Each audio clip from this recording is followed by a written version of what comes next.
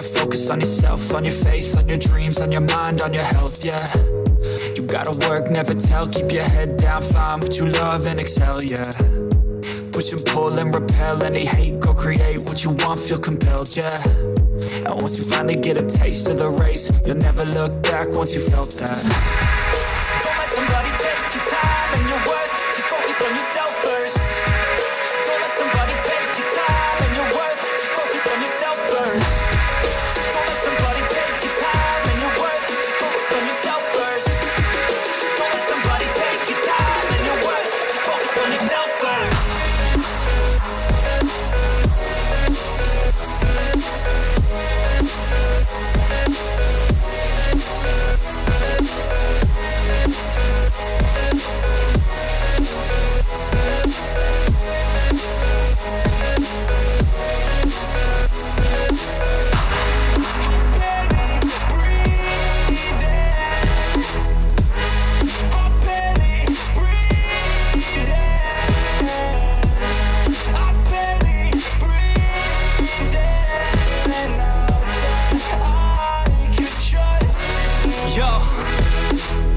Think about others way before myself, yeah. I guess that's why I feel like I go through hell, damn. Wasting time on your dreams instead of mine, yeah. About to turn this franchise around on a dime, man.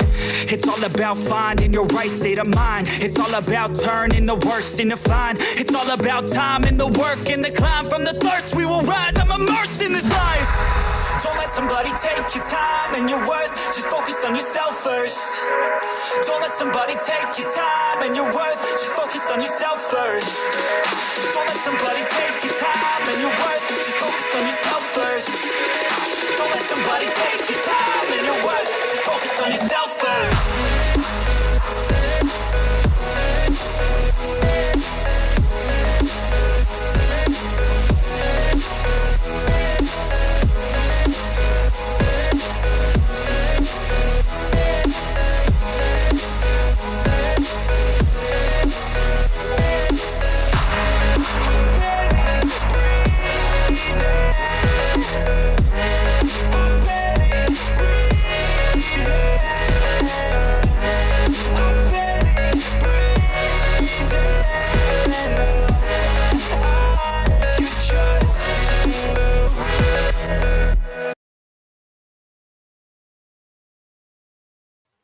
Так, всем доброе утро, точнее уже большинство зрителей, подписчиков уже, наверное, добрый день, всем здравствуйте, сейчас пока темно, секундочку, вот так вот темно бывает, когда долго на ютубе тебя нет. Так, YouTube, дайте картинку.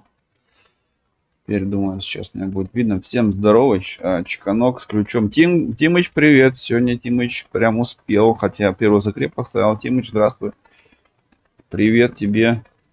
Резидент еще один. У нас тут сколько резидентов собралось. Одни резиденты. Как делишки у всех? Рассказывайте. О, барин. Ё-моё. Какие люди, вы видали? Это же сам он. Уже 2 гаечных ключа в чатике. Всем добрый день. Так, секундочку. Барин. Антоха, здорово. Да, как вы видите, у меня на фоне трансляция, точнее не трансляция, у меня открыта еще одна страница Ютуба, которую сейчас хотел бы вместе с вами посмотреть. Потому что просмотров маловато. Записал ровно 11 дней назад. В начале... Звук как будто не с микро. Проверь. С камеры. Да ладно. Что случилось? Хай всем. Привет. Ничего себе. Здрасте. Аудио. Так, устройство. Не подключен. Так. Все здесь на месте стоит. Я здесь ничего не трогал. Ну, подожди, я сам включу. Раз, два, три.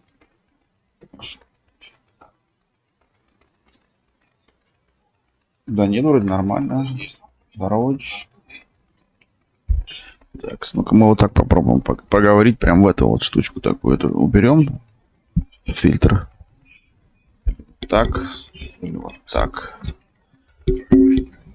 Вот.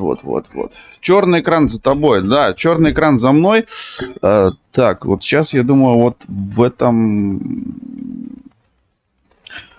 Да нет, вроде той стороной, вроде нормально. Просто, может, отвык меня уже видеть, слушать. Так, аудио не подключено, подключено.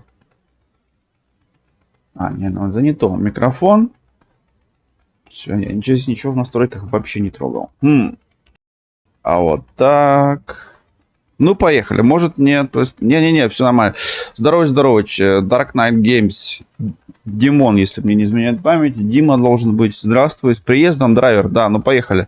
Да, все, кто видели шортс или не видели, я находился чуть-чуть в отпуске с семьей, не один. И, соответственно, мои ежедневные влоги пришлось поставить на паузу. Ну, как бы на паузу. Я бы не сказал на паузу, потому что я для вас записывал дальше. Не переживайте. Точнее, у меня были просто проблемы с интернетом. Огромнейшие. Я сам не ожидал, что так будет в 2022 году.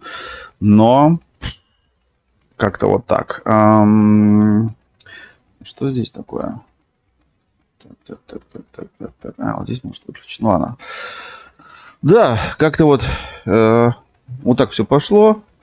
Не очень изначально. Но потом я все-таки надо брать какого-то негатива позитив. И это все перевернули. Я записывал ежедневно все-таки дальше отпуск свой, да, чтобы вам позже его показать. Чика, как отдохнули? Тимыч, отдохнули хорошо, загорели и круто все это прошло. К сожалению, ну или к счастью, отпуск закончился. Хотя пару дней уже так бы скучал по дому, скучал по вам, по Ютубу, но всегда, когда опять тебе нужно двигаться домой, уезжать, и опять начинаешь как бы все-таки сожалеть, скучать, там, я не знаю, ну, есть такое что-то, все-таки 2 недели в этот раз прям, ну, такого у нас давно не было, последние 2 года с этим ковидом, вообще с отпуском как бы не было о отпуске никаких речей, тем и так далее. Что хотел сегодня просто пообщаться. У нас сейчас с нами на связи вот с гаечным ключом Чиканок Стар Супер. Он здесь тоже присутствует. Пока молчит, но это только пока. Черный экран за тобой. Барин, да, черный экран за мной. Это ссылочка в закрепе. Это фейерверк, который я записывал. Он был на 2-й день, когда я приехал в Италию. Ну, с семьей, конечно, не я один. Да ладно. Доброго всем. Ничего себе, я аж напугался. Что это было такое? Драйвер на ютубе. Аноним, 100 рублей, анонимно. Так, могу представить, кто это. Спасибо большое. Круто. Работы много, прорабатывай бизнес-план. Если получится, все будет вау. Но это хорошо. Всегда надо прорабатывать какие-то вещи, думать ходы и выходы. План В должен всегда быть. Чикан, ты был или нет, честно говори? Спасибо за донатик. Кто бы это ни был. Я немножко. Конечно. Рад тебе, рад возвращению твоему, Олегович. Ну, блин, ждал же тебя. Ура, приехали. Да, спасибо большое. Рассказывай. Да. Все буду рассказывать. Ну, сейчас чуть поговорим, конечно же, не без этого. Хотелось бы с вами вместе посмотреть фейерверк еще раз, потому что мне он реально понравился. И много тысяч человек, которые вместе со мной это наблюдали, вот эту вот красоту игры, вот этого всего огня, взрыва. Люди старались, за этим стоит очень большая группа людей, которые это все классно, опять же, скоординировали. Вот этот фейерверк я видел 8 лет назад, что-то подобное, опять же, на этом же месте. И здесь получается такая тема, что мы приезжаем, и на 2-й день говорят, опять будет фейерверк. Я такой, вау, круто. Сразу же берем iPhone, зарядил, все. Мы приходим на место проведения, на площадку. Было уже там, я не знаю, 6 тысяч человек или 10, я не помню. Реально народу было очень много. Мне напоминало это какой-то футбольный матч. И я только беру iPhone, и понеслась. И вот 15 минут кайфа, как бы, да, я записал. И я прям... И ничего в этом видосе вообще не обрабатывал. Это вот как ни на есть, вот видео записал, также и залил на YouTube. Это вот один из тех редких случаев. Там бывает где-то что-то я подрежу, там где-то вырежу. Здесь вот 15 минут 21 секунда от корки до корки. там драйвер ничего не монтировал. То есть вот, люди старалась, команда пиротехников, которые прям отвечают за вот эту красоту. Респект. Включай. Такое вы увидите не каждый день. Сейчас включу. Просто я, если честно, удивился, что просмотров маловато, но не страшно. Может, пройдет время, может, как-то хэштег сработает. Посмотрите вместе с нами. Мы еще сегодня пообщаемся. Если у кого-то есть какие-то вопросы ко мне или вообще просто хотите поговорить, обязательно пишите в чатик здесь. На все вопросы ответим, поговорим. Что там, блин, как я хочу комп на кварц вместо проца. Ну, ё-моё, блин, барин, у тебя запросы, конечно, такие, блин, баринские постоянно. Ты людей-то не трави, если они там слюной, и так, блин, Так, Тимыч, привет. Так, Тимыч здесь, круто. Чикос снова в дуэте. Да, Чикос здесь, он никуда не девался. Тимыч, я за всеми также наблюдал. Когда время было, я находился пару раз на ютубыче. К сожалению, говорю, у меня проблема была. Какие люди на экране? Олег Приветович. Вот он, Юрец. Мы о тебе разговаривали. Здравствуй, Юрец. Да, проблема, говорю, реально была с интернетом. Ну, как бы и семья такая тоже на меня, типа, ну, отпуск, ты успокойся там, да, отдохни чуть-чуть. Но я говорю, вот, как потом появилась опять возможность, последние 4-5 дней, время от времени заходил, как бы там тяжело не было, я замечал это, я писал кому-то в чат, там, что я у Юры был, что у Базуки, что у Чикана, там, да, или у Тимыча, или у Дани, у Юли заходил, например, и ты пишешь, и проходит 2-3 минуты, и потом только мое сообщение видят, и это, конечно, печально, но что я натворил? Да, ничего, все хорошо. Все в ваших мечтах и руках. Да, есть такое, барин, я недавно вычитал одну японскую мудрость, мечтайте, там хорошо человек сказал, ну, японцы, они вообще насчет этого умные, мудрые люди, он говорит, мечтайте о хорошем, не учите судьбу плохому. Так что в этом есть что-то очень прекрасное. Приятно тебя видеть, блин. Глубоко, прямо закопал фразы этой японской, закопал. Понравилось, да, ну, так оно и есть, то есть мечтай о чем-то хорошем, ну, все равно, рано или поздно ты идешь к своей цели, если ты прям об этом сконцентрирован, так же, как и вы здесь все в чате. О, Алекс, ничего себе. Алекс, привет, ничто не истина, здравствуй, добро пожаловать. Так же, как вот у нас здесь все позитивные люди, мы заряжены позитивом, позитивной энергией, и это, в свою очередь, делает тебя позитивней. То есть, каждый после стрима расходитесь все заряженной позитивной энергией, делать что-то такое полезное, приятное, и это прям радует, это всегда помогает, да, как вот такие стримчики я провожу иногда, поскольку времени сейчас маловато, есть очень много планов, есть очень много хороших идей интересных, об этом, конечно же, вы очень скоро узнаете, потому что ежедневный влог сегодняшнего дня продолжается, мы убираемся с паузы, я в Германии, у меня есть интернет, аллилуйя, есть интернет, вы видите, мне на стримчике, это уже вообще круто. Так что, ребят, я сейчас врубаю фейерверк, 15 минут посмотрим вместе, да, никто никуда не убегает.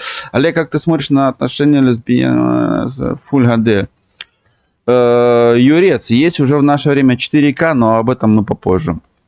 Так, я включаю, смотрим, наслаждаемся. Ну и пишите вопросы, я смотрю чатик, конечно же, чуть позже все обсудим, поговорим. Очень рад, все, кто пришли, все, кто ждал, я ждал вас, я ждал интернета, я ваше общение. Так что поехали. Так, звук надо здесь не забыть включить, а то у меня было такой тут прикольчик. Так, звук.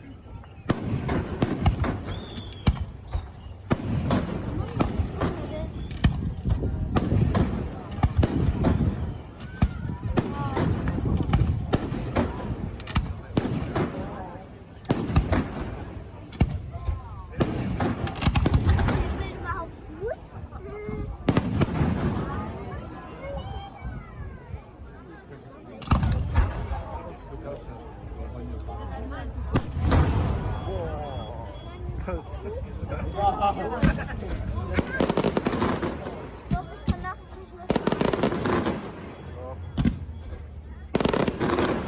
Das ist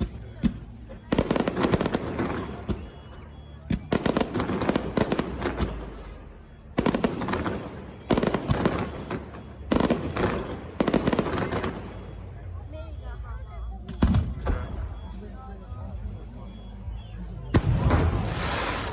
boah.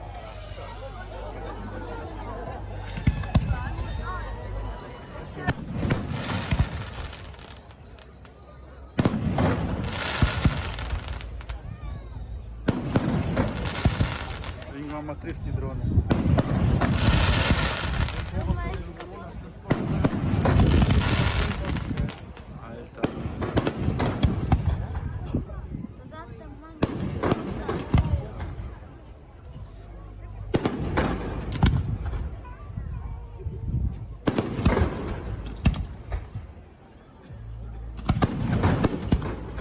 Das war ein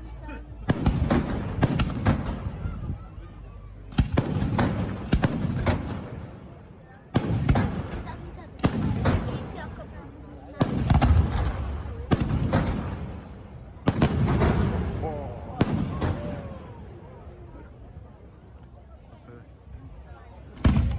Okay. Jetzt. Boah. Alter. Heftig. Guck mal, das ist auch voll geil. Das ist eine ganze Menge. Ja, jetzt. Guck.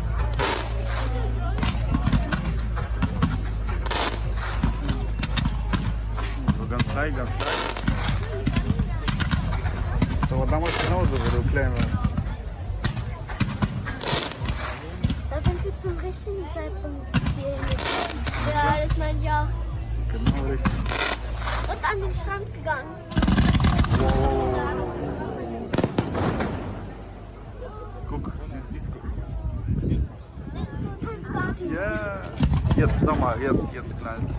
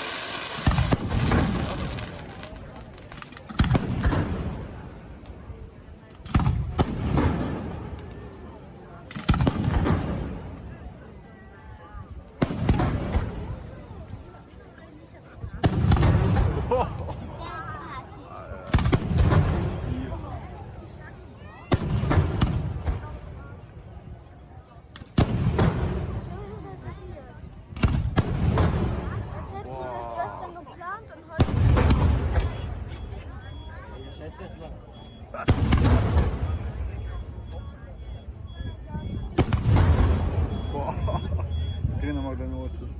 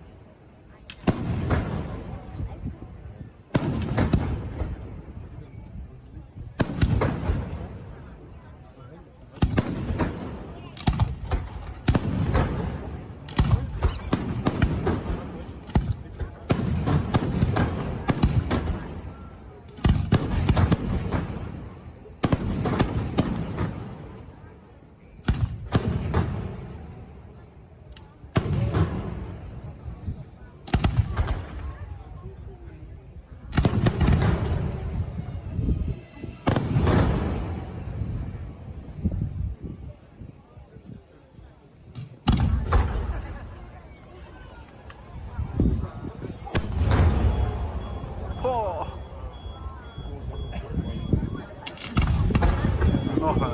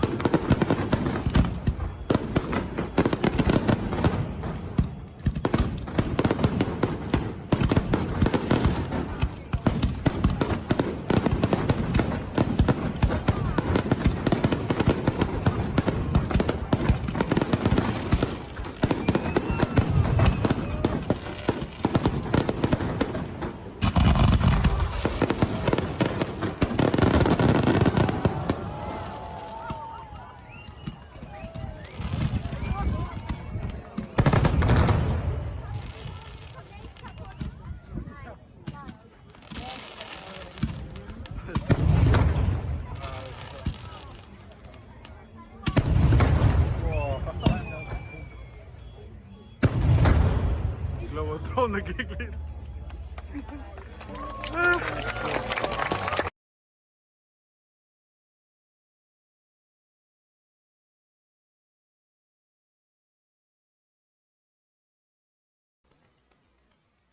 Итак, вот как-то вот так проходило. Вот такой был мощный фейерверк. Чекан, и ты вместе стримить. Да, Чекан тоже здесь есть. Так, видосы. Да, господа, всех приветствую, всем здорово, всем подписчиков, отличного настроения и салют, конечно, просто бомба, пушка, петарда. Да, просто бомба, пушка, петарда. Вот еще один видосик. Тоже что-то мало смотрели. Я вам просто ссылочку заброшу в чатик. Скучно будет, посмотрите. Что сказать вам, что рассказать? Сталкер, привет еще раз. Мага, здравствуй, дорогой. Монтен, здравствуй. Я тебя видел вот на днях вот у Чекана. Здравствуй. Мы с ЛКБ познакомились только в чатике, лично не знакомы. Ну вот здесь у меня на стримчике. Привет. У нас вот так, в принципе, и проходит. Всегда заходим, ну, конечно же, в основном на другие каналы. Сегодня я вот решил вам показать, что мало почему-то смотрели. Непонятно. Ссылочка в закрепе. Такой воскресный стримчик здесь бывает. Иногда зимой чаще будет, соответственно. Сейчас погодка более или менее. Из-за этого еще часик и надо дела делать. Юрец, прям активная активность у нас. Dark Knight. Классно. Да, Димон, спасибо. Сталкер, культак, мага, та-та-та-та. Короче, вот в таком духе было. То есть 8 лет назад я видел подобный фейерверк, мощный. И в этот раз, прям, я думаю, так где-то в каком-то месте планочку чуть подняли. Круто. Я очень рад. Фейерверк делается для туристов, то есть это городок, где туристическая вот эта вот зона, там отель возле моря, прям чуть дальше уже большие дома, резиденции, где ты можешь квартиру снять и т.д. и т.п. Как-то вот так. Это было круто. Да, сталкер, представляешь, я когда держишь ты телефон, он тебя бабахает, то есть там 20 метров от тебя вот такая тема, прям волна вот эта уларная, это прям серьезная тема. Это очень круто, реально. То есть я прям кайфовал, как на Новый год сразу и в отпуске, потому что у нас на Новый год ничего не было. Немецкое правительство решило тут защищать окружающую среду. Запретили петарды, там корона, короче, я говорю, идите вы в Караганду, все уже надоели. И мы здесь приезжаем в Италию, и тут, короче, итальянцы прям, знаешь, вот так со всего размаха, прям на 15 минут. Оба-на! Поздоровайтесь, человек из Гамбурга. Алекс Хирс, Гамбург на связи. Здорово, бандиты, привет, Олег, как отдохнул? Алекс, нормально, нормально. Я тебя вчера вспоминал про тебя. Вот человек, ретро-игра, коллекционер с большой буквы К. Забегайте. Отдохнул нормально. Как всегда, Алекс, сам знаешь, Саня, отпуск, он всегда короткий. Но я, как и в свои прошлые отпуска, я всегда подстраховываюсь. То есть я делаю отпуск, приезжаю домой, и у меня еще есть неделя отпуска, чтобы отдохнуть от этого всего. Так что мне на работу в понедельник не надо. Еще недельку я буду делать свои дела. Об этом вы будете, конечно же, каждый день на ютубе видеть. Чек-чек, Гамбург на связи. Именно человек из Гамбурга. То есть северная столица, наша северная столица. Сталкер, так, жестко, да, привет. Знаете, почему Олег смотрел фейерверк с нами? Потому что он сам его не видел. Он в это время лежал, уже спал в номере, жена снимала. Да, Юрец, вот у тебя, конечно, фантазия круто, прям вообще, вот, надо книжки записывать. Да, было бы круто, я бы плакал слезами крокодилями, если бы эта жена записывала, не я. Нет, я его смотрел с вами, мурашки до сих пор, вон, волосы дыба, у меня даже вот на руке, тут есть такая, вот так на руку сделал, то есть тигр на руке, и у него даже волосы дыбом были от такого фейерверка. Я, говорит, пока что не могу через Discord, жена спит. Ну да. Юра, здорово. Да, Юрец, молодец. Алекс здесь, Гамбург на связи. Рассказывайте, есть вопросы, задавайте. Вот, Killzan Gamer. Здорово всем. Оба-на. Здравствуй, Killzan. Вот этого человека я тоже видел на канале Чиканок Star Super последние дни. Так же, как и Монтан, так же, как и Сталкер. Сталкер, кстати, заметил, записывал шортс. Очень такие веселые. Человек тоже с чувством юмора. Вообще, вот. Олегович, извини, перебью тебя. Говори. Одну секунду еще. Давай. У меня прям вопрос к тебе такой. Слушай, какой контингент? Вот ребят, которые отдыхали, возрастной какой-то там контингент был? Много ли молодежи отдыхало? Или это больше какой-то отель был? Сколько звезд? Что за номер? Как бы, можешь вот... Ого, сразу сколько вопросов. Много ли было именно немецкоговорящих? Или в Италию на этот курорт съезжается определенный какой-то, это какой-то курортная зона определенная. Вот хотелось бы побольше про отдых бы услышать и узнать, дружище. Да, сейчас, секунду. Олег, это чё, красавица на фото твоя? Да, это красавица моя на фото, если ты про автомобиль говоришь. Алекс, ссылочку я кину в описании. Если ты не видел вдруг, вот вам еще раз ссылочка в чатик.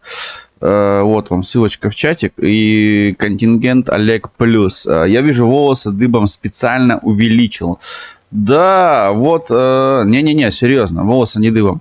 Не, Сталкер, серьезно, у тебя классное чувство юмора. Хорошо, что нас тоже Чикан познакомил. Теперь перейдем к вопросам от Ильи. Все очень просто. Это курорт, курортная деревушка. Об этом, конечно, вы больше узнаете во влогах, там, местами. Но сейчас, конечно же, вам расскажу, сколько же вопрос есть, стоит. 60 лет назад создали эту деревню. Такой городок курортный, да. И начали строить первые отели прямо возле пляжа. Это курортный городок, где в Италии самый длинный по протяженности песочный пляж. 8 километров песка. Пляж прям реально. И 18 тысяч зонтов, лежанок, вот этих все для туризма, да. Это раз. Второе. Сейчас мы были, у нас каникулы начались во всей Германии. С 25 июля сейчас все отдыхают, вся Германия каникулы. Начинаются по-разному. И на курорте, в принципе, сейчас в данный момент, то есть месяц июль, находятся все. То есть от грудничка, там, да, от ребенка, которому полгода, да, вообще грудничок, можно сказать, ребенок, до пенсионеров 90 лет. Есть все. То есть абсолютно сейчас в данный момент курорт для полностью там вся возрастная категория есть. Так же, как и люди, говорящие на немецком, на французский нет, на итальянцев, сами же итальянцы отдыхают в Италии у себя на курорте, тоже такая тема интересная, мне же самому прям рассказываю, когда такой, чё, ну, на самом деле так и есть.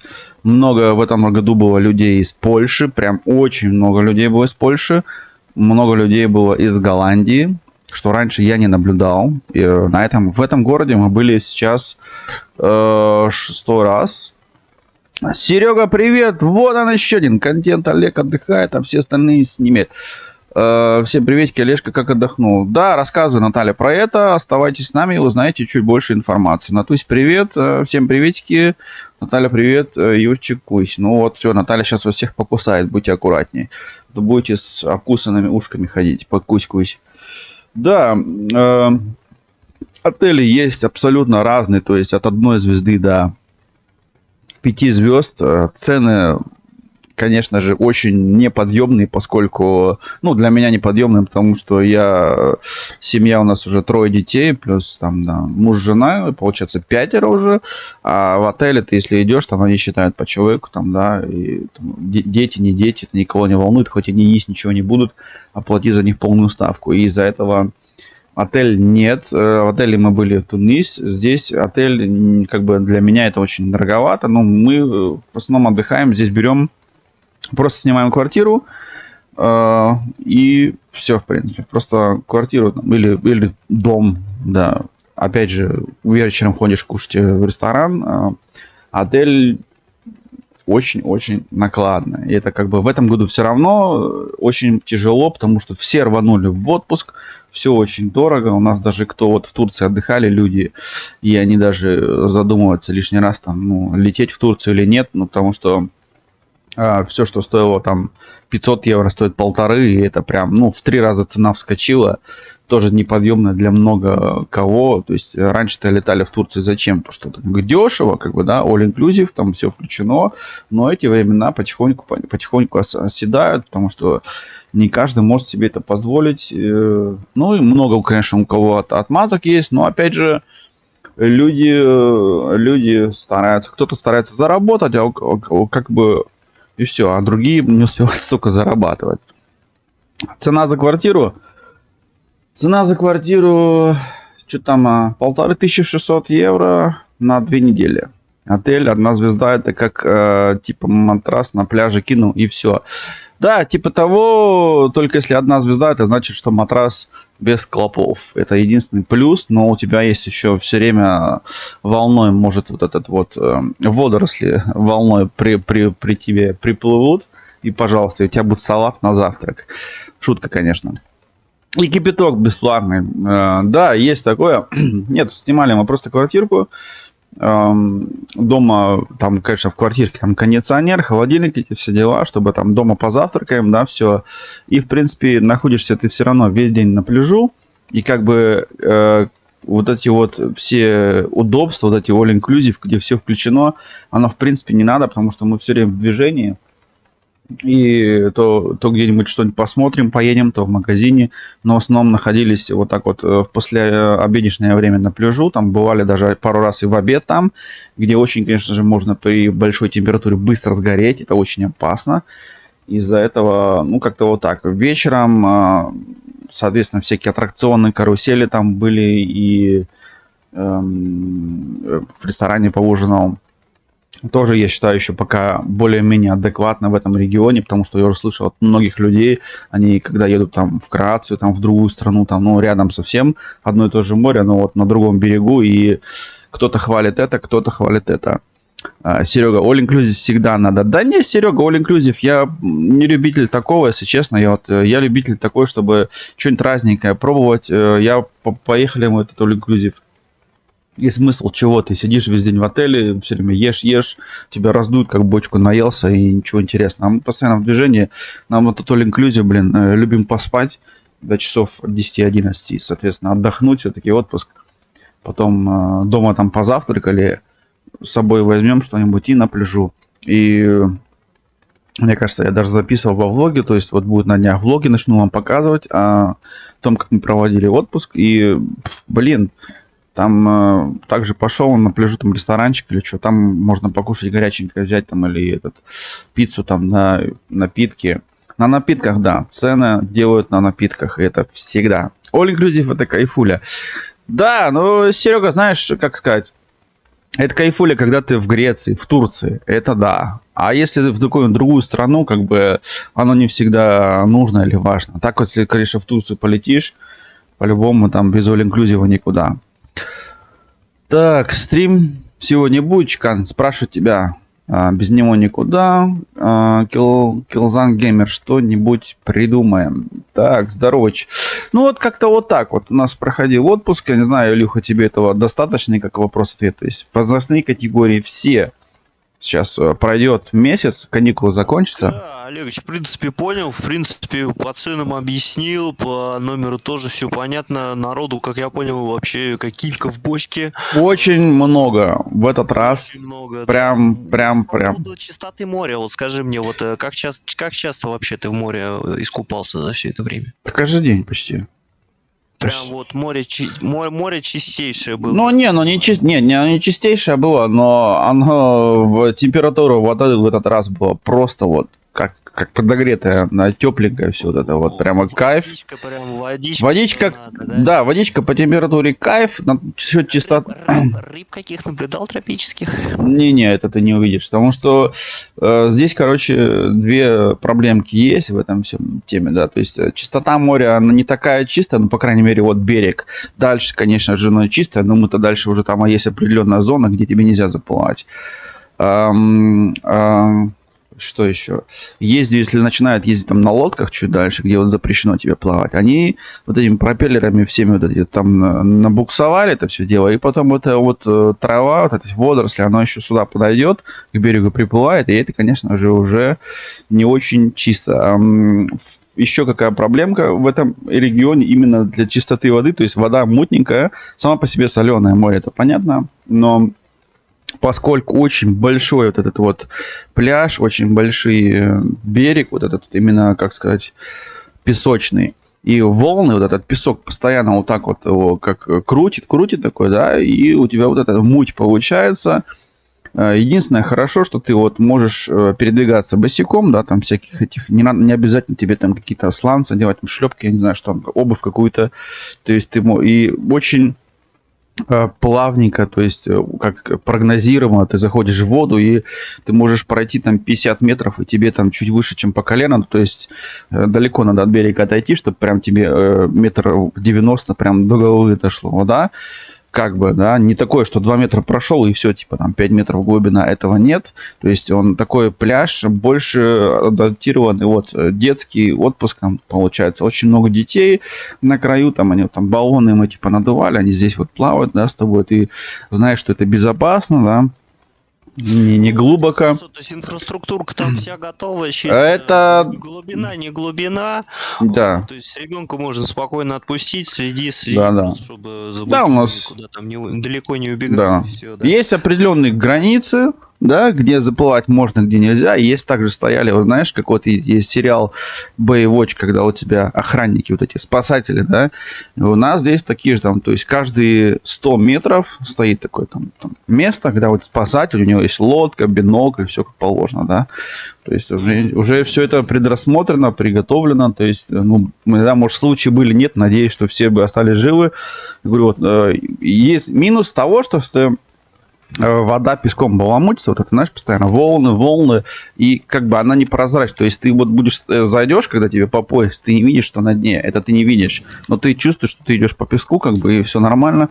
А то, что вот песок, именно вот это вот минус. А где вот на другой стороне, допустим, где другая половина туризма с Германии едет в Хорватию, да, там Кроация, и там, конечно же, вот как раз противоположная система. То есть вода-то одна и та же, Адриатическое море, но там как раз-таки вот эти вот камни, да, и, соответственно, там вода наичистейшая, ты видишь все это прям, да, насквозь, и это... Хотите чистейшее море, летите на Мальдивы. Да, Алекс, на Мальдивы это не каждый еще может себе позволить, а с 3 детьми это вообще будет, блин. Еще вопрос, драйвер, слушай, Да. как ты опубликовал шорт с 2200 километров, как водителю, как драйверу, расскажи эмоции, пожалуйста, свои по поводу именно такого вот длинного, долгого многочасового пути, как ты перенес его, как перенесли дети, и вообще вот эта тематика, особенно твоего канала, путешествие, это путешествие Да-да. было у тебя таким большим, 2000 километров, это, блин, это пол России. Не, ну это 2000, это туда, это дорога, во-первых, 2250, это туда-назад, то есть... Это туда-обратно, это я понял. Да-да. Это я Не уловил. То есть, ну, все равно окей. 1000 километров, это такой длинный маршрут. Как ты пережил, как это пережили дети? Какие остановки были и были ли они вообще? Да, остановки, конечно же, были, и то есть все равно минимум 2-3 нужно, там 2 надо, чтобы тебе там заправка, там все дела, эти там туалеты. В этот раз, поскольку теперь уже семья стала наша уже из 5 человек, и тяжело было, самое тяжело было, конечно же, нашему самому мелкому. То есть в этом кресле детском сидеть, и оно как бы не так дышит, и все начинает он быстрее потеть. Тяжело самому было больше всего мелкому, да. Постарше дети, они уже как бы уснули, и нормально. Как водителю тоже нелегко, но поскольку драйвер у нас в семье уже 2, то есть жена тоже как бы за рулем любитель ездить, и мы ездили на автомобиле жены, который побольше, вот семейный автомобиль. Ну и как бы назад, что в ту сторону, что назад, первые там 2-3 часа жена за рулем, потом как бы сажусь я и уже, в принципе, до дома. Но опять же, там остановки уже не было такого, что вот, как, знаешь, в автобусе едут, там через 4 часа остановка. У нас, то есть, можем проехать 2 часа, остановиться, мог проехать я и 4 часа, потом только остановиться. Я просто, когда назад возвращались, была такая тема, что вот, ага, дети спят, пока спят, едем. То есть, пока еще твое состояние, организм состояние позволяет, чувствуешь, что ты не начинаешь не засыпать, ничего. Все-таки езда в ночь это такое себе дело, кто за рулем поймет. Не просто, но это был самый простой и выгодный вариант, иначе утром поедешь, будут пробки, да. А перенеслось, конечно, да, уже домой подъезжали, уже тяжело было. Я вот домой прям приехали, и вроде бы, знаешь, километров вроде бы немного. Но получается, ты потом домой приходишь, вроде хочешь спать, у тебя уже все, организм как бы вроде выключается, но в голове этот шум дальше стоит. И я не знаю, вот у меня вчера было непросто, вчера денек был, сегодня уже проснулся, как бы ночь нормально в кровати поспал, уже вроде бы начинаешь в себя приходить. А вот изначально было чуть-чуть тяжело, честно, да, было такое. Но опять же, это с чем связано? То есть я когда до этого раньше ездил в тот же самый на курорт, мы ездили, нас было там 4 или 3, еще когда у нас 1 ребенок был, потом было 2, мы ездили. Было чем проще, то есть я работал реально водителем, профессиональным водителем, и, соответственно, я был больше за рулем. В последнее время я нахожусь меньше за рулем, то есть на частной машине за рулем или на рабочей тоже ездили за рулем, но мало. На мотоцикле тоже мало. И вот этот вот ты отвыкаешь от вот этих нагрузок, да? Нагрузки какие-то другие происходят, и это дает свое вот это вот такое. Так что как бы нормально, но это был, я бы тебе сказал, как бы, что на это сказать, это вот такой вот бюджетный отпуск, где как бы все было, который вы, вот эти вот все, что мы пережили, вы увидите вместе с нами, то есть я буду вот сейчас выкладывать это все, надо кое-что доработать, как бы отпуск был, но я все равно записывал каждый день, да, видос, там есть видос, который 40 минут, есть который там короче намного, там 13 минут. но все же переживете это вместе с нами, посмотрите, чтобы, ну, узнать, что намного больше, конечно же, из видео. Я надеюсь, если будут вопросы, пишите всегда в комментарии, отвечу, буду очень рад. Олег, мы один раз позволили себе с Ольгой в Мальдивы слетать, 4 стоило, зато не отпуск, а сказка, 10 дней как... Я понимаю тебя, Алекс, да, но когда на 5 посчитай Мальдивы, это будет накладно чуть-чуть. Ну и у нас как бы на Мальдивы, пока доберешься, очень, я спрашивал, мне знакомая одна летала, это тоже очень длинная дорога, не просто, с маленькими детьми пока еще тяжело, и не знаю, как получится. Молодец, мне такой отдых только снится, хочу посмотреть, я за вас всех рад. Спасибо большое, Сталкер, я говорю, вы с нами все это переживете обязательно, то есть... Я видос делал на телефоне, монтировал в этот же день, они на компьютере, кроме последнего видоса, он еще вот здесь на телефоне. Я вчера его начал вечером уже обрабатывать на вот эту шумную голову. Это уже видос, когда мы возвращались домой. По возвращению домой, то есть я увидел тоже несколько интересных вещей. Конечно же, включил сразу же в телефоне камеру, чтобы записать и показать вам. Игрокод, привет, дружище, привет, здравствуй, давно не виделись, привет, добрый день. Так что детям понравилось, да, детям понравилось, все супер, конечно же, ты что, дети, блин, только пришли на пляж, сразу там море, да, но поскольку у нас 2 недели была просто такая классная погода, Алекс, да, есть такое, а ты когда ко мне в гости поедешь? Алекс, ну, через месяц, скорее всего, то есть месяц еще придется себе подождать. Я надеюсь, ты это выдержишь. Я тоже уже не могу, но обязательно к тебе доберусь. Но месяц еще должен пройти, надо еще поработать, надо еще кое-что сделать.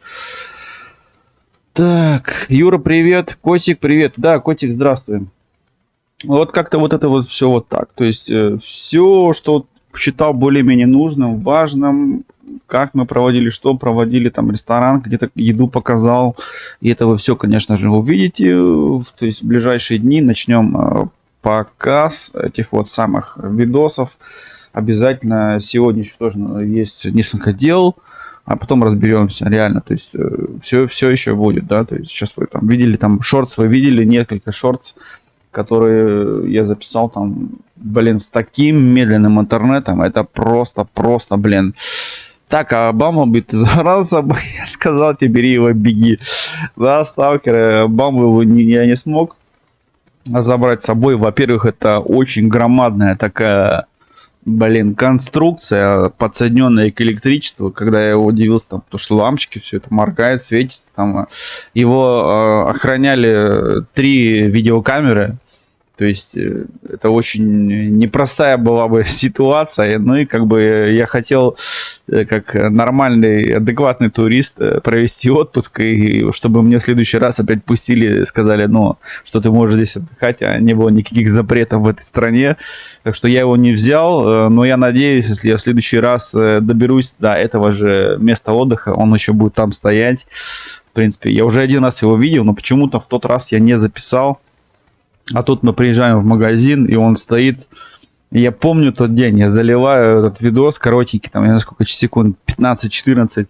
И мне пишет через пару секунд, как я залил видос, Даня Везинище. Это не Мегатрон такой, да? А я написал в названии видоса Мегатрон. Ну, я смотрю на него, трансформер, да, короче. Я говорю, сын, это же трансформер. Он говорит, ну, вроде да, а никто не помнит, как его звать. Я взял, написал Мегатрон, и мне Даня сразу. Даня, знаете, все, кто знает Даня Везинича, он все-таки любит такие вот, ну, если как-то, если он знает, что вот это так называется или так делается, то он будет как бы по свою позицию продвигать. Это не Мегатрон? Ну, не Мегатрон, да. Абам написал мне, все. И потом еще несколько человек подтвердили. Я изменил, конечно же, это все. Так что извините, если кого-то задел. Понятное дело, что это Мегатрон, и я не помню, как этого звали, но люди комментарии написали, я очень рад, помогли мне этим, я и справился. Потому что, ну вот так вот, да. И когда я последний раз трансформеры видел, это было давно и неправда. Но как бы ни было. Привет и всем, удачного стрима. Гидробурыч, привет, хорошего настроения, спасибо большое. Это хорошо, у меня так как раз 20 августа отпуск, ты главное заранее сообщи. туристическая программа по городу обеспечена для тебя. У нас в городе еще Гамбург дом будет открыт для детей, самое то. Да ладно, ну это круто. Но видишь, Алекс, если я приеду, я, скорее всего, приеду чуть попозже, то есть реально через месяц, там, 31-го, потому что у меня там в конце августа тоже у жены день рождения будет, и это будет не так просто. Хотел я приехать с женой к тебе в гости и, соответственно, конечно же, в городок пройтись, прогуляться, записать видос, и это будет вот так, это будет контент вам всем посмотреть, будет весело и интересно. Я думаю, немало интересно, это тоже такой будет туристический влог.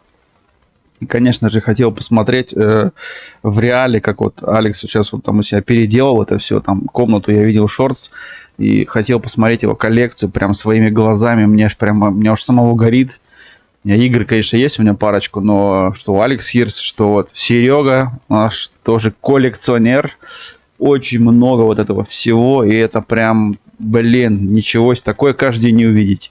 Но Алекс еще вот живет в Гамбурге, где немаловажный, интересный город, там есть много чего интересного посмотреть, и надо будет этим заняться, из-за этого тут надо пропланировать несколько вещей, но мы обязательно с тобой спишемся, как-нибудь мне, я не знаю, номер надо будет твой, чтобы Серега мне написал, не знаю, в Инстаграме, если у тебя есть Инстаграм или Телеграм, там напиши, номер свой оставь.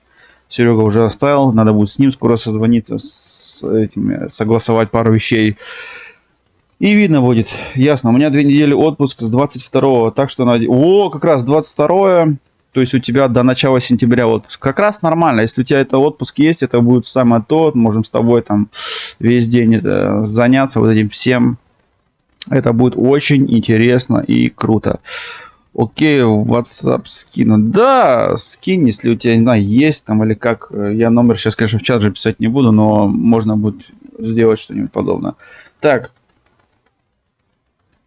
Чеканок, что молчишь там, сидишь там? Рассказывай, что еще интересует. Но я позже, конечно же, говорю, вот позже будет больше. Сейчас вот так вот мелочи какие-то такие, может, вопросы. Я живу в Гамбурге. Сталкер, ты в Гамбурге живешь? Уверен. Алекс живет в Гамбурге, у нас столица, северная столица. Гамбург сам по себе маленький такой есть, вот регион Гамбург, и вот Гамбург как страна там вообще прям прикольно. Свои несколько законов, свое все. Очень интересный, да, город портовый. Цена на продукты. Цена на продукты, ты имеешь в виду на курорте у нас, барин?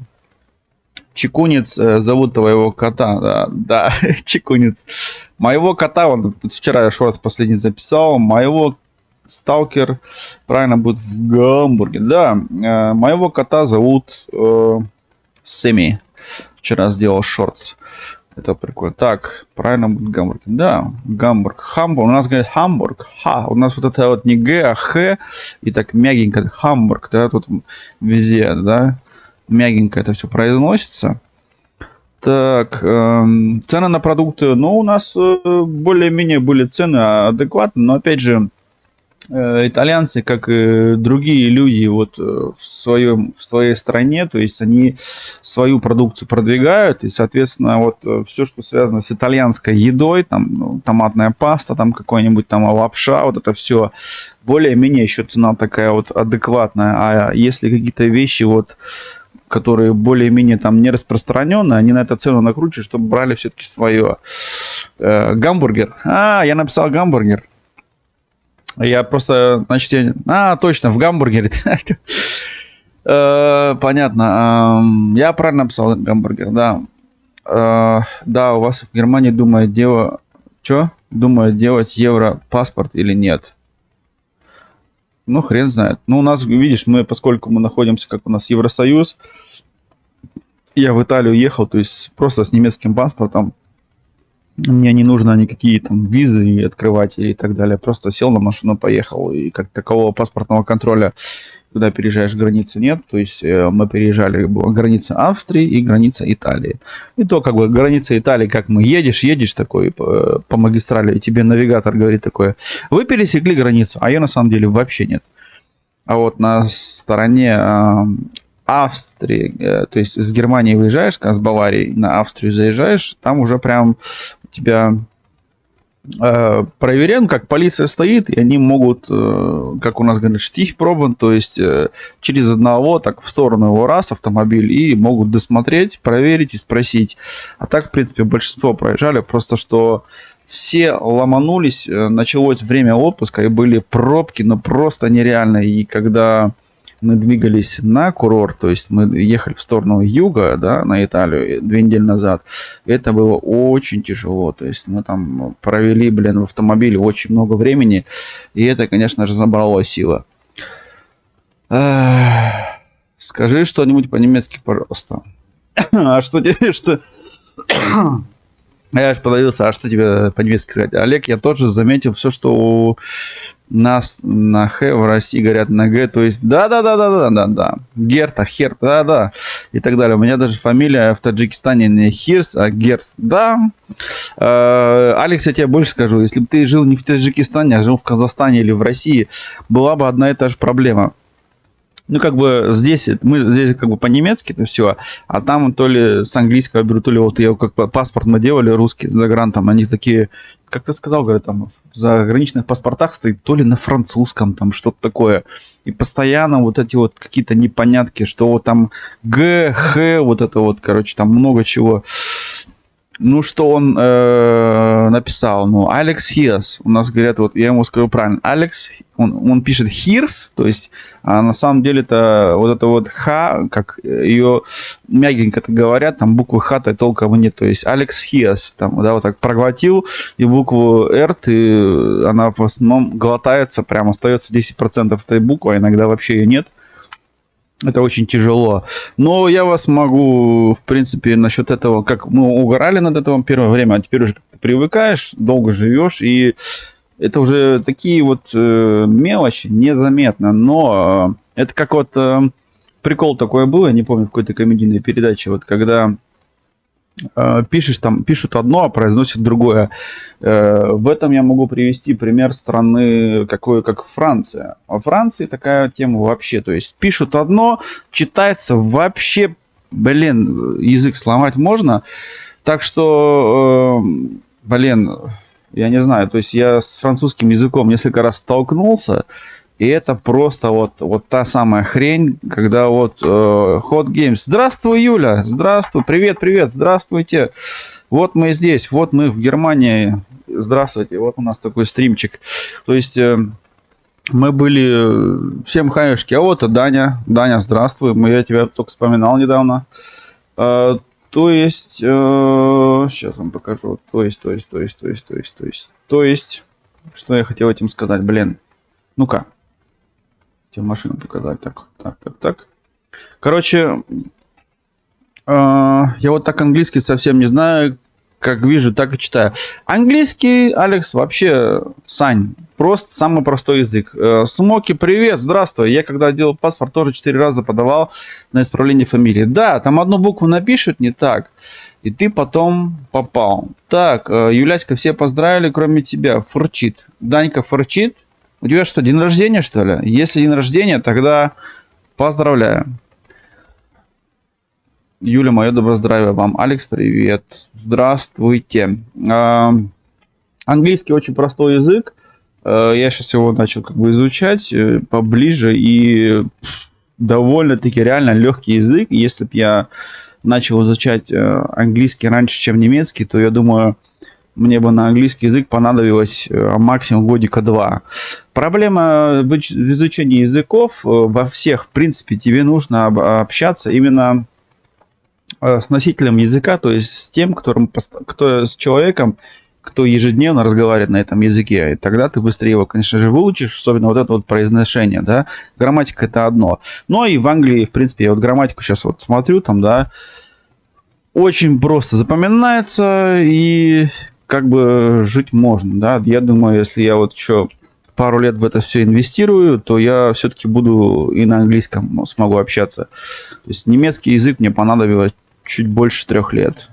3 годика где-то примерно я с немецким уже потом более-менее, потому что первый год в Германии, я помню, пролетел.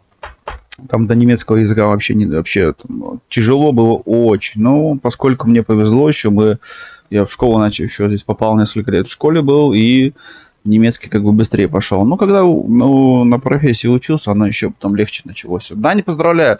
Даня, так у тебя что, день рождения? Рассказывай, Даня, рассказывай, пиши.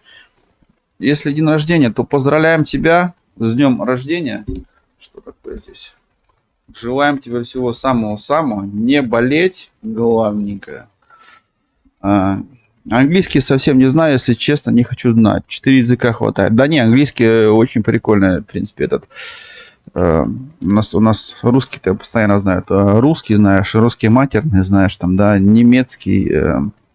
Потом, если кто-то вот есть северный, там, да, у кого-то там есть платдойч, там вообще начинаются вот эти диалекты, то это вообще... Не, он игру прошел. Но если игру прошел, то тоже, в принципе, немаловажно. Поздравляем тебя с этим, это тоже хорошо. Если ты игру прошел. Я просто сейчас стрим начал, на ютубе, в принципе, не смотрел какие-то там давления, и тяжело было. Я, кстати, получал как-то свидетельство о браке, и там сделали ошибку. Вместо Александр Александрович написали Александра Александровна. Ничего себе ошиблись, слушай, аж в 2 раза прям и сильно так жестко, прям даже в ваших ошибках прям даже пол могли поменять. Чтобы выучить английский, надо перевести все на английский, один из самых простых. Да, английский это реально один из самых простых языков. Мне это много раз говорили, но я такой, да блин, как он может быть простой? Но теперь больше, когда вникаешь, как бы проще. Но я английский учу. Я учу его с немецкого на английский. Я немецкий уже как бы знаю нормально, более или менее. И с немецкого на английский учу, и много чего похожего. Просто немецкий он такой грубый язык, а английский все-таки мягче, проще и похоже много чего. И как-то вот так это все делается, и движется, и работается. Что еще? Так, что это такое здесь? А, это я на самокате ездил. Да, прикольная вещь, электронная. Не-не, у меня нюх 11 сентября. Блин, 11 сентября. Ты знаешь, что 11 сентября-то произошло? Обалдеть можно. Сталкер жесть. Я еще, говорят, в России не одно плохо. Да, ну они как бы против этого, но видишь, ему взяли сталкеру, блин, в 2 раза неправильно поставили буквы, и получается еще, блин, до того изменили, что я надеюсь этим, как он называется, блин, в администрации или где это делают? Дворец бракосочетания, я надеюсь, им за это было стыдно. А что была практика, надо говорить с носителями. Да, именно. Практика есть, в том-то все и дело, и с носителями. Я смотрел сейчас, там прям есть специальные там какие-то конторы, приложения или так далее, но с носителем где-то общаться, можешь также включить вебку и сидеть с ним там ля-ля тополя. У меня были, конечно же, вот с носителем языка, вот тут сейчас в Италии, представляете, там что творилось, когда мы находились в отпуске, когда людям приходилось там разговаривать тоже на 5, на 6 языках, там и на английском, и на немецком, и на итальянском. А если у тебя приедут немцы из Баварии, то вообще их не понять. Их даже, блин, наши немцы-то не понимают, когда баварцы начинают говорить. И людям реально тяжело, говорю, там официанты прям вообще молодцы ребята, когда мастера своего дела разговаривают на стольких языках. Ладно, ребят, всем хорошего. Бежал свою шарманку заводить. Шарманку ты хочешь сказать, стримчик будешь заводить? Алекс. Мы с тобой... Ты как-нибудь, я не знаю, Алекс, Сань, напиши, в Инстаграм у тебя есть, нет? Скинь номер своего телефона.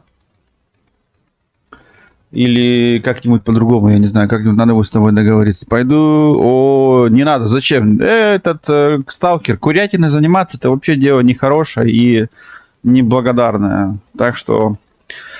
Так, о, Юрец. Сталкер сейчас вернется. Он сказал, подымить чуть-чуть. Так, Чеканок, уснул? Илюх? Ничего себе, что у нас стрим уже час идет или что? Нет, ни в коем разе не уснул, ты общаешься с чатиком, с ребятами, все вроде супер, все. Час. Чё я? Сейчас чё я? 10. У нас... Тут я сижу. Тут я думал, все уже захрапел, что микрофон выключил, что мы Нет, вот ты что-то вот сзади вот машинку свою показываешь, да, видос показываешь, а что ты не рассказываешь о видосе? Странно как-то. Насчет... Ссылочки никакие не кидаешь. Ссылочка была в чате 2 раза про автомобиль, конечно Про же. автомобиль была уже, да? Просмотрел опять на елы-палы. Ну, так, ну, так, PS1. PS игры накачал. Ну, круто, Алекс, поздравляю. У нас очень дорого читать, писать могу, а вот говорю плохо, практики мало. Барин, найди себе подружку на английском, общаться с ней.Быстро выучишь английский, мой тебе совет. Так, нет, не уснула. Голос такой, как будто подтягивается на кровати 100%. Он... Обязательно, ребят, немножечко со спорта, немножечко, даже не спорт, немножко физической нагрузки мне сейчас прям молясь, ну, не, жизненно необходимо, поэтому Да. занимаемся, отжимаемся, прессик, фигесик. Много времени займет, 15-20 минут в день, зато потом лимфа гоняет, и кровь бежит, и все вообще отлично себя чувствуете, и настроение у вас отличное, так что рекомендую. А по поводу курятины полностью согласен, бросай курение яд, береги ребят. Вот так скажу. По поводу вот автомобиля. Вот ты показываешь ласточку свою. На ней ли ты ездил в отпуск, друг мой? На ней ли ты ездил в отпуск? Что за автомобиль вообще? Как автомобиль себя повел в дороге? По поводу того, вот что пришлось после... Вот ты вот приехал, сейчас будешь ли какой-то ТО проходить или просто масло дольешь, водичкой польешь и... как говорится, и все. И на этом как бы ее 2000 километров в порядке. Ни того делать не нужно, в принципе, потому что дороги-то шикарные. А за границей автобан оказался еще лучше, чем в Германии. Просто ездить быстро нельзя. Ничего не нужно делать. И, в принципе, и автомобиль, масло не требует ничего. Все хорошо. С техникой все в порядке. Была техническая проблемка у автомобиля уже до отпуска. Но я был на сервисе. И мне сказали, что езжай в отпуск, вернешься, а потом отремонтируешь. Меня мой мастер успокоил. По поводу того, что я ездил на этом автомобиле, нет, я ездил на автомобиле жены, я об этом упомянул. Сейчас я тебе на канале Driver Garage ищу этот автомобиль. Хотел показать, на каком автомобиле ездили все-таки в отпуск, потому что мой автомобиль по вместимости чуть-чуть маловат. Как бы вещи есть, там все дела, вот семья, там-то одно. То есть вроде бы как бы 5 мест там, но багажный отсек, то есть багажник сам маловат для всех вот этих вещей, которые нам нужно было взять с собой в отпуск. И пришлось ехать на автомобиле побольше. А у жены... Ну это и логично, а долго с собой вот так вот... сколько, получается, ты дней отдыхал в отпуске прошло у тебя? Ну вот, мы приехали, смотри, 16-го...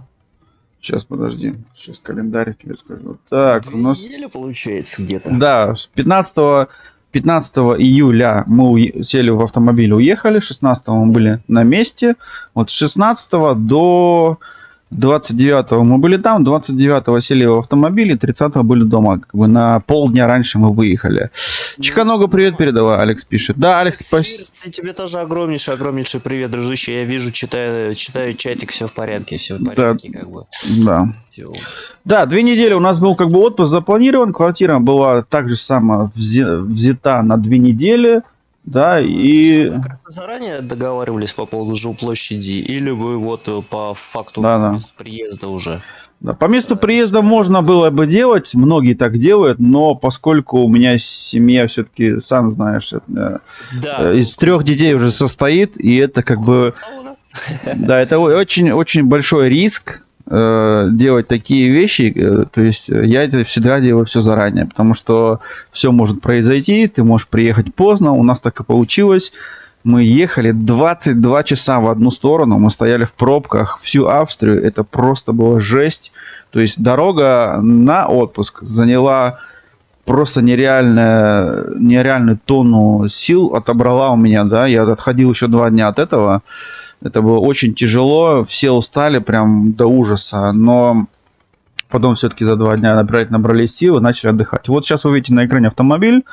На этом, в принципе, мы на этом автомобиле ездили и в отпуск. Да, это вот автомобиль моей жены. Ну, нормально. Как называется, я забыл. Ну, это минивэн автомобиль. Да, это минивэн, это такой семейный автомобиль, у которого, в принципе, по установке 7 сидений, то есть 7 полноценных кресел, да, прям нормальных кресел и хороший багажный отсек. Но я просто убираю 6 и 7 сиденье, я вытаскиваю, положил в гараже, и у меня стал просто 5-местный просторный нормальный автомобиль с охрененно большим багажником. Вот и все. И, в принципе, это было как бы, ну, это самое было такое решение. Вот он так вот выглядит. Toyota, да, никаких секретов. Рекламу я за это не получал. Это просто вот как есть, да, факт. Дружище, приветствую. Large Games, привет. Сегодня Need for Speedчик у него там был. Фильмец попозже зайдем, обязательно посмотрим. Или я сам зайду посмотрю. Запорожец в новом кузове, пишет Сталкер. Да, что-то такое. Единственное, здесь в этом Запорожце разница от Запорожца старого типа, что у меня здесь водяного охлаждения, а Запорожец старого типа воздушного. А так, в принципе, нормально. Да, вот такой семейный автомобиль, который как бы багажник помог, да, то есть все вот эти вещи наши, там, да, там какая-то детская кроватка, там то все, вот эти все запаковали, и как бы нормально было все, да. И доехали. То есть я больше переживал, то есть, знаешь, как сказать, этот расход бензина, там что-то такое, да.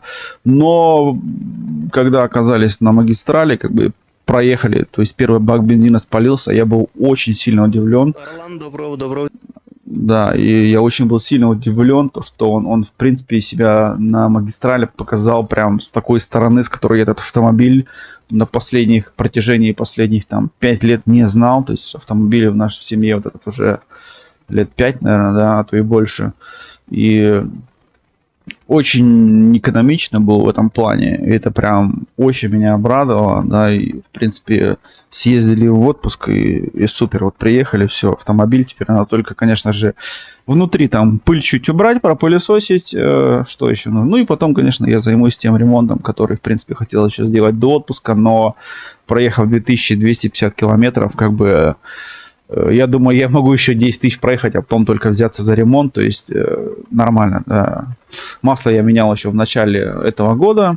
Я всегда так вот, весна, как тепло на улице становится, я сам на этом автомобиле меняю масло, фильтра, сам делаю вот этот сервис, и, в принципе, очень недорого выходит вот это вот все, и как бы я очень этим доволен, то есть в эксплуатации он больно-таки нормально. Единственное, что на него разница против моего нового автомобиля здесь из-за того, что это, знаешь, минивэн, страхование автомобиля, вот он класс, он выше, и очень дорого стоит страховка на автомобиль, это чувствуется. А так, в принципе, но поскольку это семейный автомобиль, он нас как семью выручает, то есть даже если мы там всемиром ехать, то есть сзади есть 6-7 кресло, просто красавчик, да, он делает свое дело на все 300%, молодец. То есть уже автомобиль сколько лет у нас в семье, и там 5 лет, мне кажется, да, вообще супер. Ну, значит, автомобиль, все отлично, детишки тоже, слава богу. Да, все живы-здоровы, море порадовало тебя, назагорался весь. Да, есть такое. Конечно, не особо видно, что ты такой загорелый, немножко лёгкость, может, свет как-то. А свет я включил, лампа, она же белый цвет. Ну, конечно, если я тебе сейчас руки могу сфотографировать на WhatsApp, ты разницу увидишь, что они сейчас такое все. Подзагорел есть. Подзагорелось есть. Напился ли ты вдоволь пива, друг мой? Вот Да. что я хотел. И как проводили вы обычно свои вечера? Ну, вот об этом позже. А то, что как вечера, конечно, ты увидишь. Да, то, что мы проводили, как... Ты что, типа, вернулся? Джаз, привет. Типа, да, сколько места под капотом, это уж сколько можно... Юрец, вот у кого какие проблемы? Пиво напился, реально за неделю пива выпил столько, что прям ого, супер. А как мы проводили вечера, сейчас не буду говорить, потому что все это будет уже в влоге. Не хочу вас заранее ничего такого забирать. Какую-то интригу оставлю, потому что я хочу, чтобы ты все-таки это увидели через видосы, через влоги. А пиво напился, да, это есть такое. И привез еще с собой пиво. Интригуешь, видосиком. Не, конечно. С собой итальянского привез. Да, Слушай, 24 банки пива привез. Пиво итальянское от немецкого. Вот ты вот как... Ну, конечно. Очень сильно, да? Ну, там свое направо. Больше пшеничное, больше крепости или как? Вот Нет. ощущение, кислит, горчит или что? Если теплое будет, конечно, будет кислить, но, в принципе, оно все время в холодильнике лежало там по несколько дней, потом его употребляешь. Есть какая-то своя изюминка, которая даже вот сейчас, я не знаю, надо будет реально подумать над этим вопросом. Перед до сих пор несет. Да. А что за стрим? За уголек стримит. Да, уголек. Какой уголек? Он уже говорит, типа, не загорел, говорит, нифига, загорел. Не ящик, ну как у нас называется это палета, когда вот 24 банки запакованные, алюминиевые, да, и как бы 24 банки в ящике, 24 часа. Совпадение, не думаю. Юрец я тоже не думаю, но я его там купил и так и не пил. И, короче, как-то вот так. Не знаю, как бы подумать насчет этого надо, в принципе. Но есть какая-то своя изюминка. По крепости я бы не сказал. Немецкое пиво, оно такое своеобразное. Как бы, и ты, ну, сколько уже много лет уже употребляешь, как бы я его уже распознаю между другими. А здесь вот с итальянским сравнить, я вот брал 5-6 сортов именно другой марки. Мне тоже было это интересно. Ну, есть какое-то там, да. А так, чтобы прям точно тебе сказать, я как это называется, я не сомелье, и тут реально надо подумать, то есть сомелье сейчас начал бы там, вот, там этим отдает, там какие-то привкусы, я сейчас даже так резко прям так надо реально над этим подумать. Если короче, натрескался ты вдоволь, да, еще и с собой прихватил. Ну, я купил, как бы, и что-то я даже, вот, я купил, короче, палет, у нас называется это палета, то есть ты берешь, у тебя запаянные в целлофане 24 банки, да, такая сразу 6×4, такая, и вот я таких 2 купил, одну выпил за неделю, а банки-то маленькие, там 0,3, что ли, или 0,33, такая баночка, да. Получается, мы специально берем, как бы, ну, на пляж идешь, там, да, 2 баночки, 3 взял на пляж, и нормально. А вторую неделю уже все. Как бы за неделю напился, все, успокоился. А во вторую неделю уже сильно не надо было. Но попробовали, допустим, напитки там разные, вкусные. Такие напитки, которых здесь нет у нас в продаже. То есть они именно лимонад, который производится чисто в Италии, только для итальянцев. Вот это меня прям реально порадовало. То есть там были такие вкусы. Мы нашли там лимонад, один определенного сорта. И я после этого лимонада, тебе скажу честно, фанту пить вообще не хочу. Охренеть можно. Прям вот это такой вкусный. Да говори как есть, нажрался. Да нет, в принципе. Она, знаешь, какая сталкер прикольная тема? Когда вот на улице там градусов 10 тепла или 20, да, как бы ты выпиваешь, какой-то хмель есть там, да, на все, хмель, там вот это все, водичка, вот эти дела. А тут, короче, получается, когда на улице жара, ты это выпиваешь, вспотел, тебе все это вышло через пот, и такой сидишь, и, как он говорит, ни в одном глазу, да. Так что тяжело было это сделать. То есть надо было тебе реально брать и пиво, и что-то покрепче, и вот так вот мешать, чтобы какой-то был вообще процесс. Вот этого нажрался, да. Берешь палету, и ты в палету. После лимонада столочка не сладил. Нет, это как раз таки не было такого. Но, в принципе, есть страны, называется страна Египет, хороший. У нас в стране, кто в этой были в отпуске, они вот после лимонада там реально не слазили. Это и есть такая тема. Я, к сожалению, тоже обалдел. То есть я думал, это единичный случай. Но круто. То есть там реально проблемка такая с вот этими вот как бактериальными вот этими палочками в воде. Никто так не проверяет воду на качество. И все, кто в Египте были в отпуске, все подтвердили мне как один. То есть там реально вот, как Юрец говорит, с толчка не слазишь. И там оно прямо есть такое. В Италии, слава богу, с этим попроще. То есть даже не надо туда, ну как сказать, все хорошо. Еда, прям грех жаловаться. Хмель без жары, бабки на ветер, выпил бутылку и бухой целый день. Но, в принципе, при 36, при 39 градусов жары большая бутылочка, прям, если ты еще на солнышке прям посидишь минут 10, прям весело, но это небезопасно, так что лучше сидеть под зонтиком и не париться, чтобы тебя по голове сильно не ударило, а то так и будешь потом такой на всю жизнь, и это, думаю, будет уже не очень приятно. А так, в принципе, как вот еда, соки, вот это все прям вот так вот. Коста-Рика, привет! Здравствуй, добрый день тебе. Что еще? Просто кайфуешь? Да, просто, в принципе, кайфуешь. Я кайфовал, как в большинстве случаев, как вот именно вот от еды, вкус еды, потому что это очень, очень такая тема, то есть в Италии прям вот эта вся еда, да, она своеобразная, вкусная, то есть они такие любители еды. У тебя может быть там какие-то недостатки, отель или квартира, там это уже без разницы, но потому что это их мало волнует. В Италии, как вот в Италии мне с Франции, как вот, знаешь, чтобы еда прям вкусная была, да. Машина будет, автомобиль покорябанный, но чтобы спагетти был приготовлен вкусненько, да, вот такое вот. У них отношение к еде такое, как с любовью готовят, всегда вкусно, всегда вот четко, и это прям радует, то есть такой отпуск гурман, то есть охота что-то попробовать такое интересненькое, что ты здесь не встретишь, и в этом есть свои плюсы и минусы, то есть когда ты там попробуешь вот этого всего многого вкусного, и ты знаешь, как это должно быть приготовлено, и потом в Германии тебе предлагают, ну, под таким же названием, но это вообще рядом не валялось, и ты замечаешь разницу такой, не, типа, это не то, вы тут мне хотите наколоть.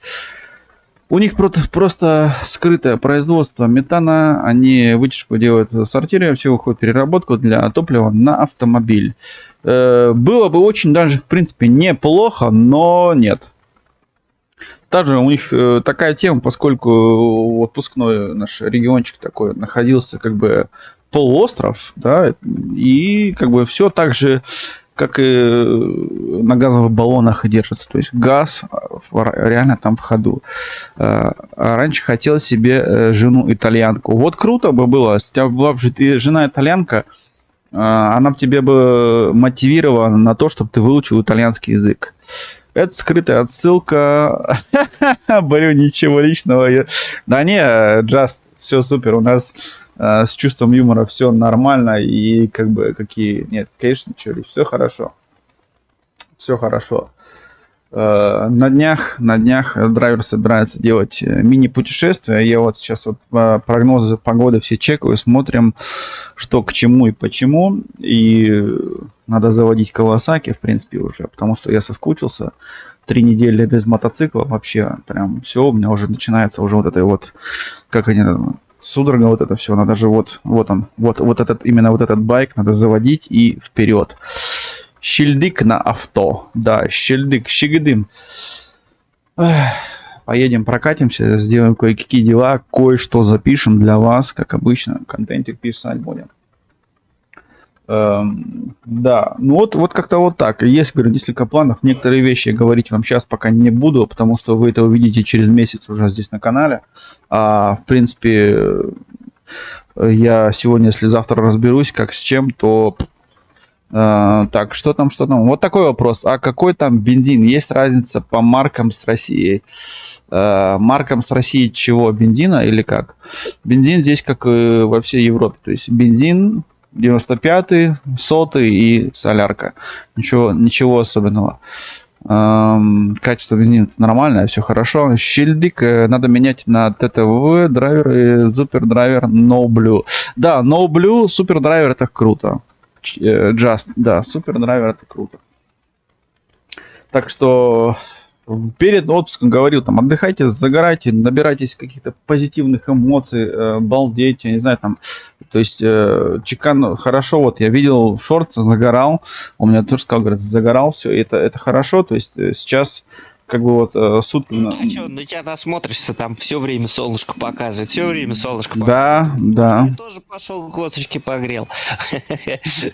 Так что твое видео заразно. Заразный. Да, но оно как бы это позитив, то есть витамин D это круто, это нужно, да, для моего организму тоже нужно. Не просто, что вот это никакая там не реклама, там солнышко, а именно что вот, наоборот, как бы такой вам посыл, так давайте вперед, то есть есть еще другая жизнь по ту сторону Ютуба, настоящая, где солнышко светит, дождь льет, иногда тебе может быть ураган, дерево может на голову упасть, будешь ходить, как поддергивать.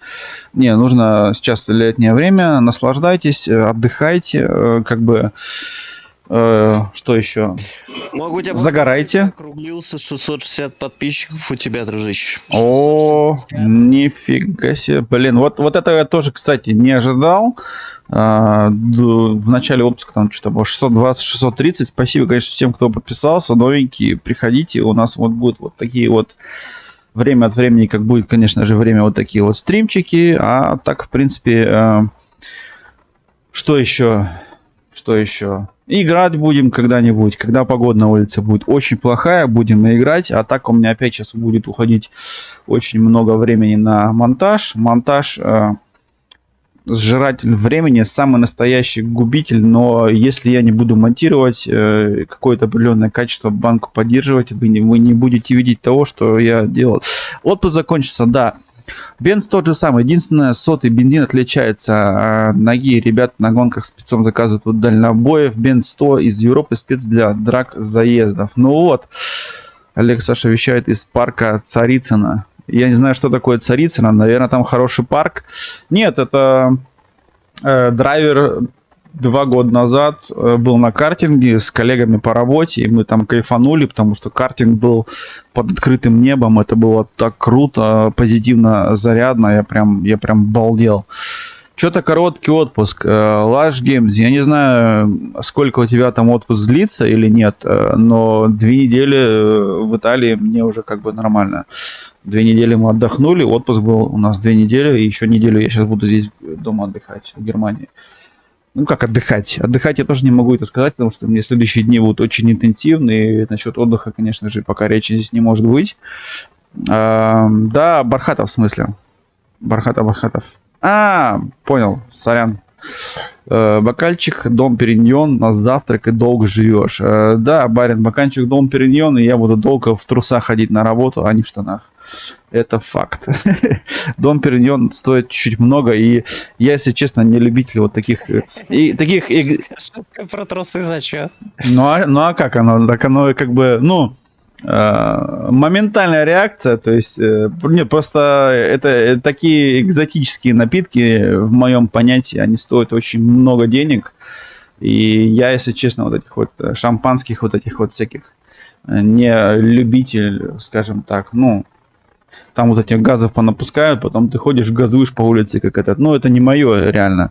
Есть, конечно, люди, которые это заценят. Бархатов в Москве девок соблазняет. Бархатов-то в Москве по стройкам ходит, наблюдает, кто как работает. Мне кажется, он туда не работать приехал, а контент записывать. Такое чувство иногда. Но дай бог ему здоровья, и пусть зарабатывает. Если я рад, что он какой-то хоть что-то делает, работа, потому что он, когда сидел в Пензе, был просто мэром, и это чувствовалось, да, какая-то у него такая негативная пошла волна. У него что-то начало там все ломаться, потом работу еще потерял. Это, конечно же, это очень давит, вот этот негативит. И я очень рад, что Бархатов теперь в Москве может там как-то устроиться, там поработать, я не знаю, заработает, как-то финансово начнет более попроще будет, ему все полегче. Там, у него опять же еще дочь. Ему надо тоже, чтобы дочке все было, для дочки стараться. Молодец, пускай поработает, это хорошо. Говорил, в Воронеж заедет ко мне.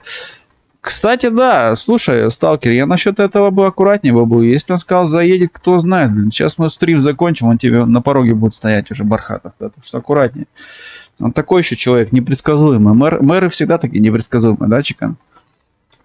Так что хорошо, что он так вот начал там где-то работать его. Такие никогда не знаешь, пока не узнаешь. Вот. Нет. Ко мне обещался заехать, но что-то тишина, тишь да гладь, Царицына здесь от меня недалеко, все что-то где-то рядом тут блуждает. Заехал бы на часок чая, попили бы с удовольствием, пообщались бы. Кстати, да, Бархат уже это самое. Ловит тишину, и номер мой знает, ведь и телегу все знает, но что-то как-то... Я что ли, должен еще звонить ему и говорить: Бархат, заходи ко мне в гости, вот, ну, что за глупость. Вот сам знает, мог бы позвонить, сказать: Чиканок, через пару часиков к тебе заеду, вот, все Да. пообщались бы, что, не вопрос. Если бы я был где-нибудь в Подмосковье, там где-нибудь, да, был бы в Подмосковье, я к тебе позвонил, потом сказал: ну-ка выйди на порог. Потому что приедем, я Николаю скажу: поехали, довезешь меня, я так постучусь такой, да, чтобы Чиканок, чтобы там на пороге, чтобы он от страха там, чтобы упал прям. Не, падать не надо, ты что-нибудь сломаешь, не надо. Просто я надеюсь, что приедет, запишите что-нибудь, пообщайтесь, там было бы очень интересно, но круто было бы тоже в свое время, да. Мы взрослые люди, все запасы пожрет. Есть такое. Барин пишет: в Москве поначалу тяжко. Да, Москва большой город такой, и есть что-то такое, да, в нем. Везде поначалу тяжко, когда ты никого, ничего не знаешь, барин. Я вот думаю так. Потому что даже ты, если приедешь в Берлин или в Мюнхен, или где-нибудь в Париж, или во Владивостоке, тебе тоже будет во Владивостоке поначалу тяжко, когда ты никого не знаешь, или у тебя нет работы, какой-то финансовой поддержки, там, я не знаю, ну, поддержки как, или работа, где у тебя будет финанс приходить, постоянно какая-то финансовая вот это вот, да, это всегда тяжко. А если еще нет рядом каких-то там родных, близких, с кем пообщаться, поговорить, кто тебя поддержал, это будет еще больше нагнетать ситуацию. Хорошо, что он хотя бы так себя, ну, там, не знаю, как-то передвигается. Вот записывал на днях, вот, там, стримчик, потом шорт записывал. Ну, блин, дай бог. Я надеюсь, что все будет нормально у него. Все будет хорошо, и это прям радует, но это он сидел дома, там негативить, вот это вот все зачем, а так, конечно же, лучше вот как сейчас. Да, выбрался пропердеться всегда полезно, чем сидеть и скулить. Пропердеться полезно, особенно сейчас вот он там гуляет, ходит, я вот посматриваю, там ребята в чатике у него тоже активничают, он там что-то не слышу его, потому что нахожусь с тобой, вот, но вроде ему нравится, улыбается, доволен, все круто у него, все хорошо. А он сейчас... Тем не менее, мы уже 96 минут в эфире. Олегович, мне прям уже покушать хочется. Ребята, как вы смотрите на то, чтобы Олега немножечко отпустить, вот, потому что у него, может быть, есть дела. Если, конечно, он сам этого хочет.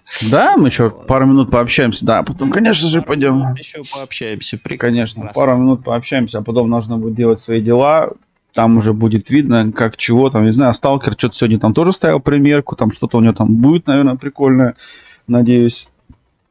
Я говорю, у меня через часик гости потом придут. Попробую попозже что-то организовать. Сегодня не знаю, будет что нет. Может быть, я просто с телефона какой-то влог короткий запишу. Я на работе. О, ты в воскресенье на работе? Окей. Тогда тебе отличная работа. И рад, что находишься с нами на работе. Вот если ты любишь мото, тебе еще прям на фоне я включил мото, который я записывал уже, 3 года назад. Нет, 2 года назад записывал. Посмотри. Вырезал я шорты со стрима. Ну все, понятно. Потому что я видел, премьерка какая-то была. Я поставил колокольчик, но я не дождался. Потом все-таки начал стрим. Как бы время идет, надо двигаться, потому что, говорю, у меня вот тоже тут человек приедет ко мне, Чиканок ко мне приедет сегодня, через часик приедет ко мне Sketch Ninja, так что тоже человек живет в другой стране, вот он... О, прикольно, приветоч ему, Британии, приветоч огромный, да. Вот, скажи, не забываем, смотрим. Я так в телефон сама запишу, да, разговаривал, говорю, что, как там, но пока у него тоже... Я не знаю сейчас, что он сегодня новенького расскажет, но тоже не так просто все, да, и семья, и работа, по сравнению, сколько у него было, чуть поменьше этого, как он называется, чуть меньше времени было, то есть контента мало приходит, и говорю, ну, понятное дело, то есть надо на работе какую-то определенную норматив там делать, да, свои вещи. Это непросто. Я говорю, ну, посмотрим, как чего получится, но он, по крайней мере, наблюдал за нами, смотрел, как-то у нас тема эта завязалась. Я говорю, ну, смотри, говорю, как рост какой-то есть, опять же, понятное дело, это все много времени забирает. У нас одна сейчас большая проблема, потому что вот этого контента всего на ютубе вот этого, да, миллионы стало. То есть раньше у тебя было там 20 человек, 50 человек, и миллионы подписывались на эти 50, и они стали быстро миллионниками. А здесь как бы очень большое море вот этого контента идет сейчас каждый день, сутками, и это очень тяжело именно вот этим мелким каким-то каналам, которые что-то полезное несут за собой, там, позитив, там, мотивацию и т.д. и т.п. или что-то интересное. Миллиарды, пишет Сталкер, да. Им очень тяжело показать, рассказать, то есть выбиться из массы, чтобы их где-то YouTube рекомендовал. И это понятно, теперь я это чувствую на своей шее. Чикан тоже, вот, опять же, вот, благодаря ему начал я этот стрим, как бы, ну, когда-то купил камеру ему, потом купил еще одну, и он такой говорит, ну что, пацаны, стрим будем делать, а теперь, блин, конечно ты, блин, а теперь мы тут, а теперь у нас тут сидим такие, стрим, очень тяжело продвинуться, да, есть такое, Ну, но... друг другу помогаем, подсказываем. Да. У нас у обоих, что у меня, что у Олега открыты эти вкладки сообщества. Ребята, вы обязательно Да. заглядывайте туда, заходите. Если видите человека во вкладках у нас в сообществе, это обязательно человек, который будет рад взаимной подписке и какому-то взаимному контенту. Может быть, где-то вместе вы поиграете там или что-то еще. Также, ребят, не забывайте, Discord сервер, Telegram, группа ВКонтакте, все это имеется, все это работает. Сегодня я буду запускать большущий, короче, тест на то, чтобы работало сразу на несколько площадок одновременно. Я хочу стримить. Сегодня будет, извини, Олегович, пару слов, если мини-реклама, конечно, дело. Вот, хочу подключить группу ВКонтакте, также хочу попробовать подключить Рутуб. А также есть идея попробовать, может быть, как-то можно запускать трансляции и в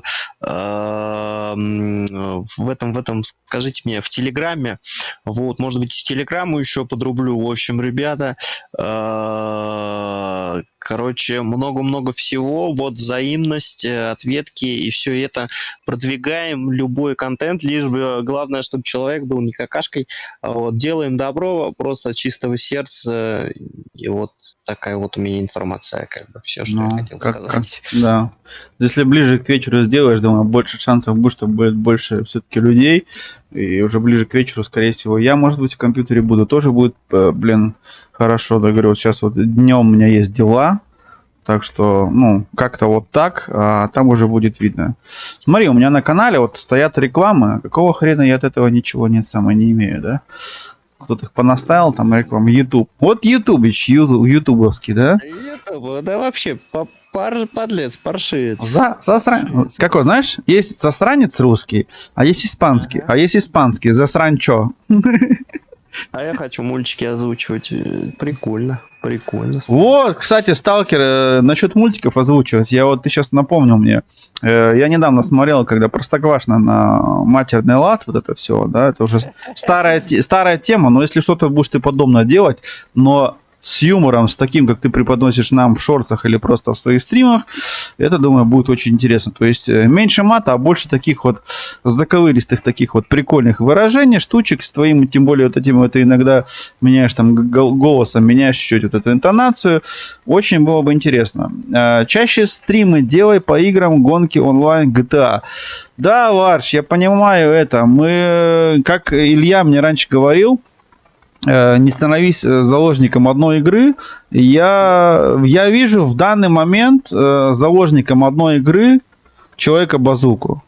Потому что у него, когда идет одна игра, онлайн 2, 3, 4, 5 человек. Когда у него там GTA, там, конечно же, соответственно, активчик, там, лайков 50-60 прям, да. Но я как раз таки этого не хочу. Я, сами видите мой контент, я делаю, что я делаю. И если это людям нравится, придут. Если не нравится, ну, тогда сорян, конечно же, да. Где-то я промахнулся, но я не хочу... Не тянем. Да, я не хочу, то есть, так, чтобы командовали миллионы мной, то есть, и наоборот. То есть, я вот, что я сейчас в данный момент, что я делаю? Я показываю то, что я проживаю каждый день, как вот влоги, не именно просто, как некоторые делают, там, туристический влог. А у меня вот этот влог ежедневно, то есть, небольшие контенты, что именно происходило со мной. Если кому-то интересно, будут смотреть со мной все. В игры мы иногда играем. Опять же, играет что чеканок, что я вам включаю. То есть, что мне нравится. Да, у меня было один раз настроение. Я вообще покер включил, да. А так, в принципе, как бы, ну, покер остался. Он все, и видос никто никуда не делал. Ничего там, в принципе, такого страшного нет. Мы, как эти говорят, базар фильтруем, все такого в планах приличного, все в порядке приличного, или как там это объяснить. Ну, нормально, да, то есть, если когда-нибудь у меня будет опять время, я доберусь до резидента наконец-то, то есть, я уже Димитреско-то я убил через 10 стримов, но у меня просто сейчас нет времени сидеть за компьютером 3-4 часа на игру убивать. Я сегодня рад, что я могу с вами тут часика 2 пообщаться. И это уже прям круто, потому что 3 недели без стримов и 2 недели без адекватного интернета. У меня, поскольку человек такой в цифровой вот этой вот технике, я уже много лет, у меня уже прям после 2 недель плохого интернета аж поплохело не сколько 1100 километров дороги, сколько то, что нехватка интернета, скорее всего, я не знаю, я предполагаю. Так что это, знаешь, такая, как это говорят, интернетная зависимость. Сталкер, вот, допустим, вот этот вот мотик, это мой мотик. Он еще был здесь на этом видосе, он был новый абсолютно. У него был здесь пробег 200 километров.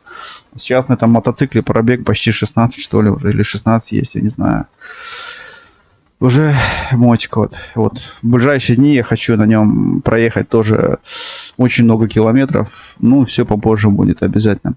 Шорты, то есть короткие видео и большие видео нежелательно делать. Шортс погубит канал. Будут смотреть только шортс. Да, Ларш, Орлан, есть аудитория есть та. Тут как бы тяжело сказать, погубит, не погубит. Это просто шортс, это отдельная статистика. И основные видосы никто смотреть не будет. Есть тоже. Из-за этого есть и каналы, где шортс вообще нет. Есть каналы, где идет видос через шортс, или наоборот шортс через видос. Или вот как у нас, допустим. Я захотел шортс сделать. Я вот пробовал в том году, чередовал. Это сильно ничего такого не дало. То есть шортс там подкинули статистику и все. А есть каналы, допустим, вот как вот у нас. Допустим, мы захотели сейчас, записали 4 подряд шортса.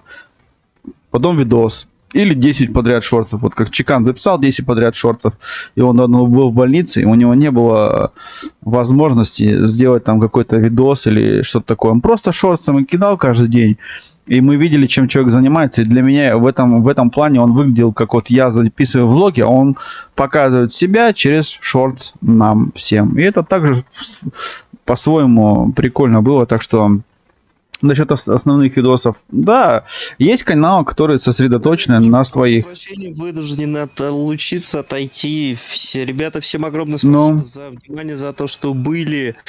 Всем спасибо за вашу колоссальнейшую поддержку, подписку. Не забывайте оставить, конечно же, комментарий. Олегович, убегу, дела. Извиняюсь. Да, все. Все нормально. Вернулся, жив, здоров, с семьей, все хорошо. Мирного неба над головой. Олегович, обнял тебя, дружище.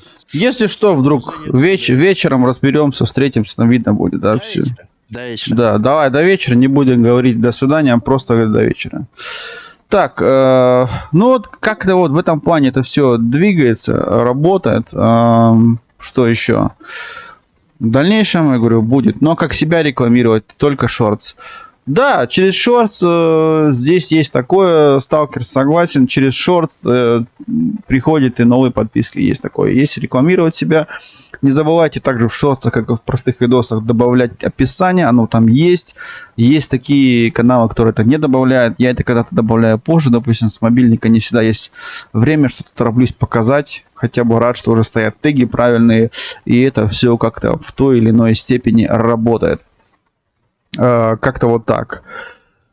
Ну вот, как-то вот в таком плане, кому надо, да, кому надо, в том-то и дело. То есть есть такие. А что поделаешь? Ну здесь, говорю, вот всегда по-разному. Кому-то шортс вообще, кто-то говорил мне, да, шортс, оно там не надо, там ничего. И спустя какое-то время даже у этого человека появился на канале первый шортс. Хотя изначально они были таким противником, да.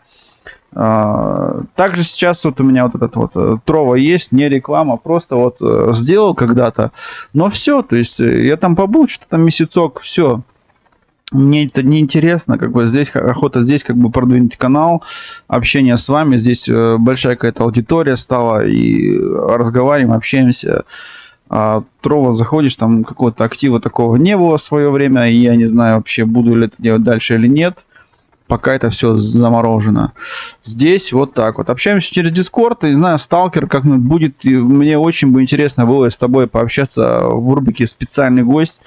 Если у тебя какое-нибудь будет время, обязательно мне говори, или настроение, чтобы ты был дома, через Discord пообщаемся. Здесь на стримчике у меня позадавите вопросы. Я буду очень рад. Мне очень импонирует вот чувство юмора. Это класс, что это есть. Редко встретишь таких людей. Это очень хорошо. Еще тем более вот пожарник, ё-моё, это же тоже такая работа. Там, ну как сказать, не каждый может, не каждый хочет. У нас это, я не знаю, как ты же в России живешь, там Воронеж, да, там пожарники. Ну, тоже команда, все должны работать друг с другом. Такая вот, да. Teamwork, да, работа такая в команде. У нас это, в принципе, вот очень пожарникам, кто работает, очень такая достойная работа. Я прям в шоке, но они у нас работают, там сразу, скажем, уходят на смену там 2 что-то там дня или 3, я не помню уже сколько они там находятся. Все вместе, там команда, там кто спит, кто ест, кто что делает. Очень тоже непростая работа, тяжелая и круто. То есть респект, кто этим занимается, кто работает в этой сфере, да. Наша служба и опасна и трудна. Да, согласен с тобой. Есть смены пожарников, которые они там сидят сутками, как-то время убивают, не зная, чем заняться. А есть такая тема, то что пожарники, допустим, у них там вызов за вызовом, и отдохнуть нельзя. Но разное время года это связано всегда с каким-то определенным временем года. Я не знаю, там праздники, не праздники. Есть такое. Это, конечно же, круто, респект. Ну, то есть делаешь работу, там, спасаешь, помогаешь, там, да, там, пошел тушить, там, поехали, там. И это все заслуживает, конечно, отдельного уважения. Не каждый может. Так что, блин, есть везде. Я пойду уже приготовлюсь к стриму. О, у тебя Орлан стрим будет. Это хорошо. Это супер. Так что забегим мы к тебе попозже. До новых встреч. Да, тебе супер. Попозже посмотрим обязательно. Ссылочку на Need for Speed сообщество я поставил. Мне очень интересно посмотреть, что там у тебя получилось, поскольку я в эту игру Run-то толком и не играл. Она прошла мимо меня. Carbonych Underground, это все было мое. Most Wanted. Need for Speed Run прошла как-то мимо меня. И уже время не то было. И тем более мне будет это в 3 раза интереснее посмотреть, что ж там, как там и почему сюжетик. Это будет очень круто. Спать хорошо, как пожар, хоть увольняйся. Да, есть такое, это не просто. То есть все, кто думает, что у нас вот тоже пожарники, у нас люди такие были, то пожарник там типа отдыхают, телевизор смотрят. Да, как выезжают, вот у нас приезжают пожарники, система. Это еще та работа. Так что как-то вот так. Но все равно всем удачной смены тебе, чтобы все было хорошо, чтобы все прошла смена там гладко. Не знаю, как ты там на сутки, на двое, как вы уходите. Так что все будет нормас. Позже еще увидимся. Не знаю, вечером, может быть, еще Чиканок стрим включит. Я не знаю, как там у меня получится. Со временем он хочет сегодня какой-то рестрим запустить. Будем посмотреть, что у него там за идейка, что за направление. Посмотрим, сколько там каналов хотел подвести. Я не знаю, видно будет. Да, сейчас после обеда какие-то дела свои сделаю, а потом уже разберемся. Как-то вот так вот. До новых встреч. Да, Орлан, тебе тоже класс. Всего хорошего. Забегайте у человека Watch Games на канале. У него прям много игрофильмов. Сегодня сменюсь. То есть сегодня вечером ты уже пойдешь домой. И потом через день, через 2 опять придешь на работу, как я понимаю. Да, есть в этой работе свои плюсы и свои минусы. Так что, блин, то, что вот опасно и трудно, да, все это думают там, что чего там такого особенного. Ну, не скажи. Но это все равно это какое-то такое призвание, да, там кто-то делают это все-таки по финансовой какой-то части, у кого-то, ну, семейная жизнь тоже не совсем простая у пожарников, там, допустим, если он уходит, у нас какой-то работает по 2-3 суток, и это прям... Игрофильм это классно. Да, заходили, у меня прям как-то даже на стримчике мы смотрели, у Арвана Last Games, у него прям есть много игрофильмов, и причем классная тема, и реально, если видел, не видел, я не знаю, забегай, смотри, это будет суперский. Так, а что тут такое происходит? Что происходит? Так, так, секундочку. Игрофильм классно. Он сам озвучивает. Да не, он в основном он без там озвучка, вот оригинальные кусочки фильмы. Сейчас я подожди, канал тебе покажу. Если уж на то пошло, то я сказал сейчас. Так, каналов у меня же добавилось, это прям. От всех еще удовлетворения приходят, и все оповещения прям. Такс, видосы. Lost Planet. Такс. Копирован. Вот. Ссылочка в чатик. Если ты не знаком с каналом, тут есть у него реально контента много. Небольшие видео есть побольше. Вот он проходил даже какие-то игрушки проходил. Прям стримчики делал большие. Записал пару шотс. Ну а так, в принципе, игрофильмов у него хватает.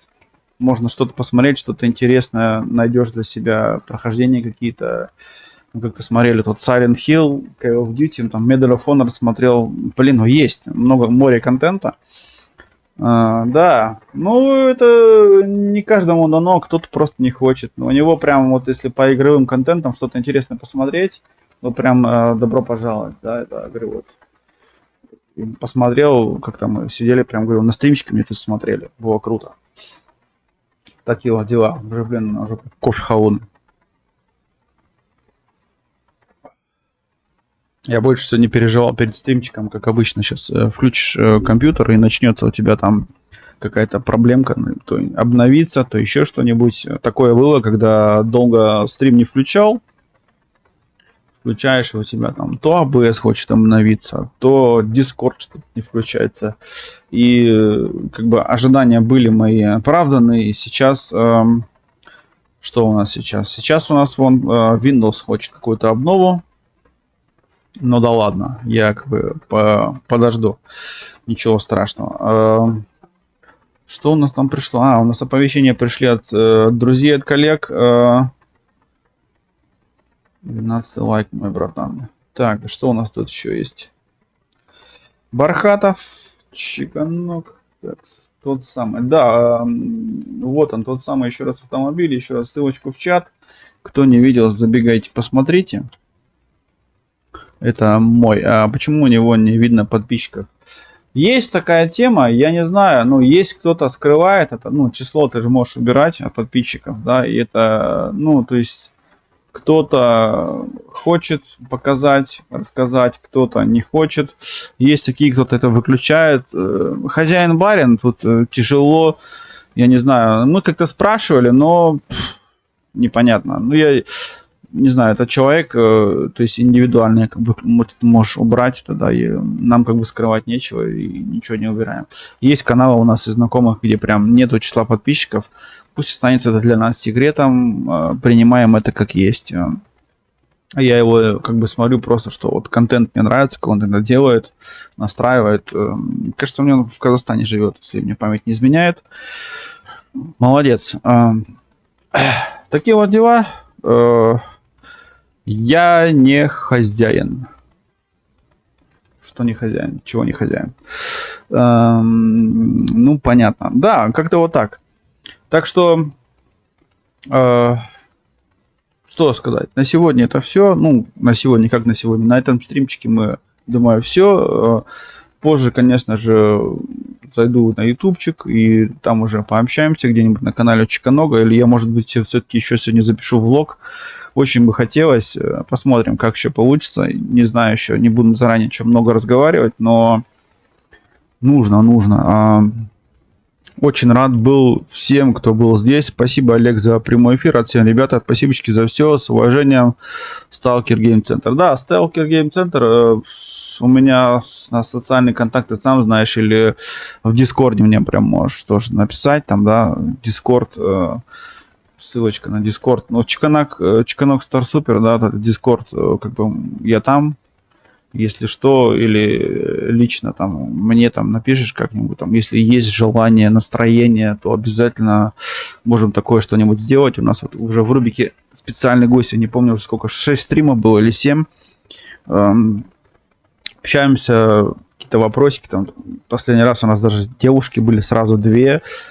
Все, в принципе, их знают среди наших, да, тут Юля была, Нюта, Angry Wolf, было очень весело, интересно было, но как бы так вот, если когда-то у тебя будет время, настроение, опять же, с твоей работой, уважуха, и опять ты в ту степь, то, что времени как бы у тебя такого много нет, так что будет настроение, будет время, обязательно говори, пиши. Буду очень рад что-нибудь такое организовать и поговорить. Да, девчонок я смотрел. Ну вот, там есть еще Серега, Алекс Хирс. Мы с ним общались, там даже 3 часа, мне кажется. И к Сереге, Алекс Хирс, это товарищи наши, один живет, ну, оба живут на севере Германии. И к этим обоим товарищам я скоро поеду и буду записывать контент. Так что скоро их увидишь еще у меня на канале. Так... Ну, думаю, на этом стримчике на сегодня все. Позже больше. Так что все, кто присутствовали здесь у нас на стриме, был очень рад. Да, до скорых встреч. Ну, вы были на канале Драйвер. Позже больше. Такие вот дела. Продолжение следует.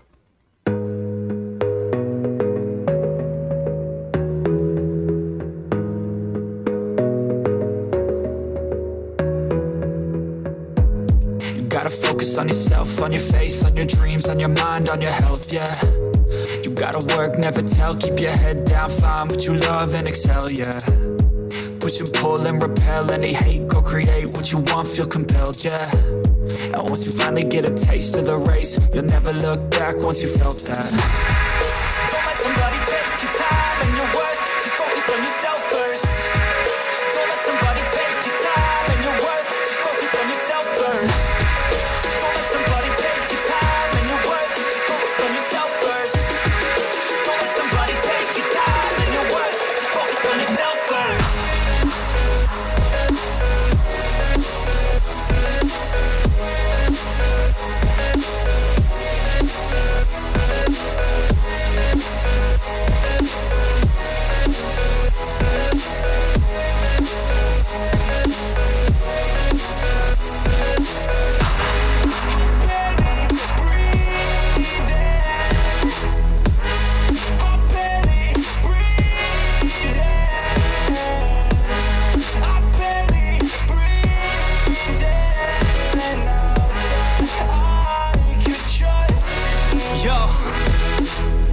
About others way before myself, yeah. I guess that's why I feel like I go through hell, damn. Wasting time on your dreams instead of mine, yeah. About to turn this franchise around on a dime, man. It's all about finding your right state of mind. It's all about turning the worst into fine. It's all about time and the work and the climb. From the thirst we will rise, I'm immersed in this life. Don't let somebody take your time and your worth, just focus on yourself first. Don't let somebody take your time and your worth, just focus on yourself first. Don't let somebody take your time and your worth, just focus on yourself first. Don't let somebody take your time and your worth, just focus on yourself first.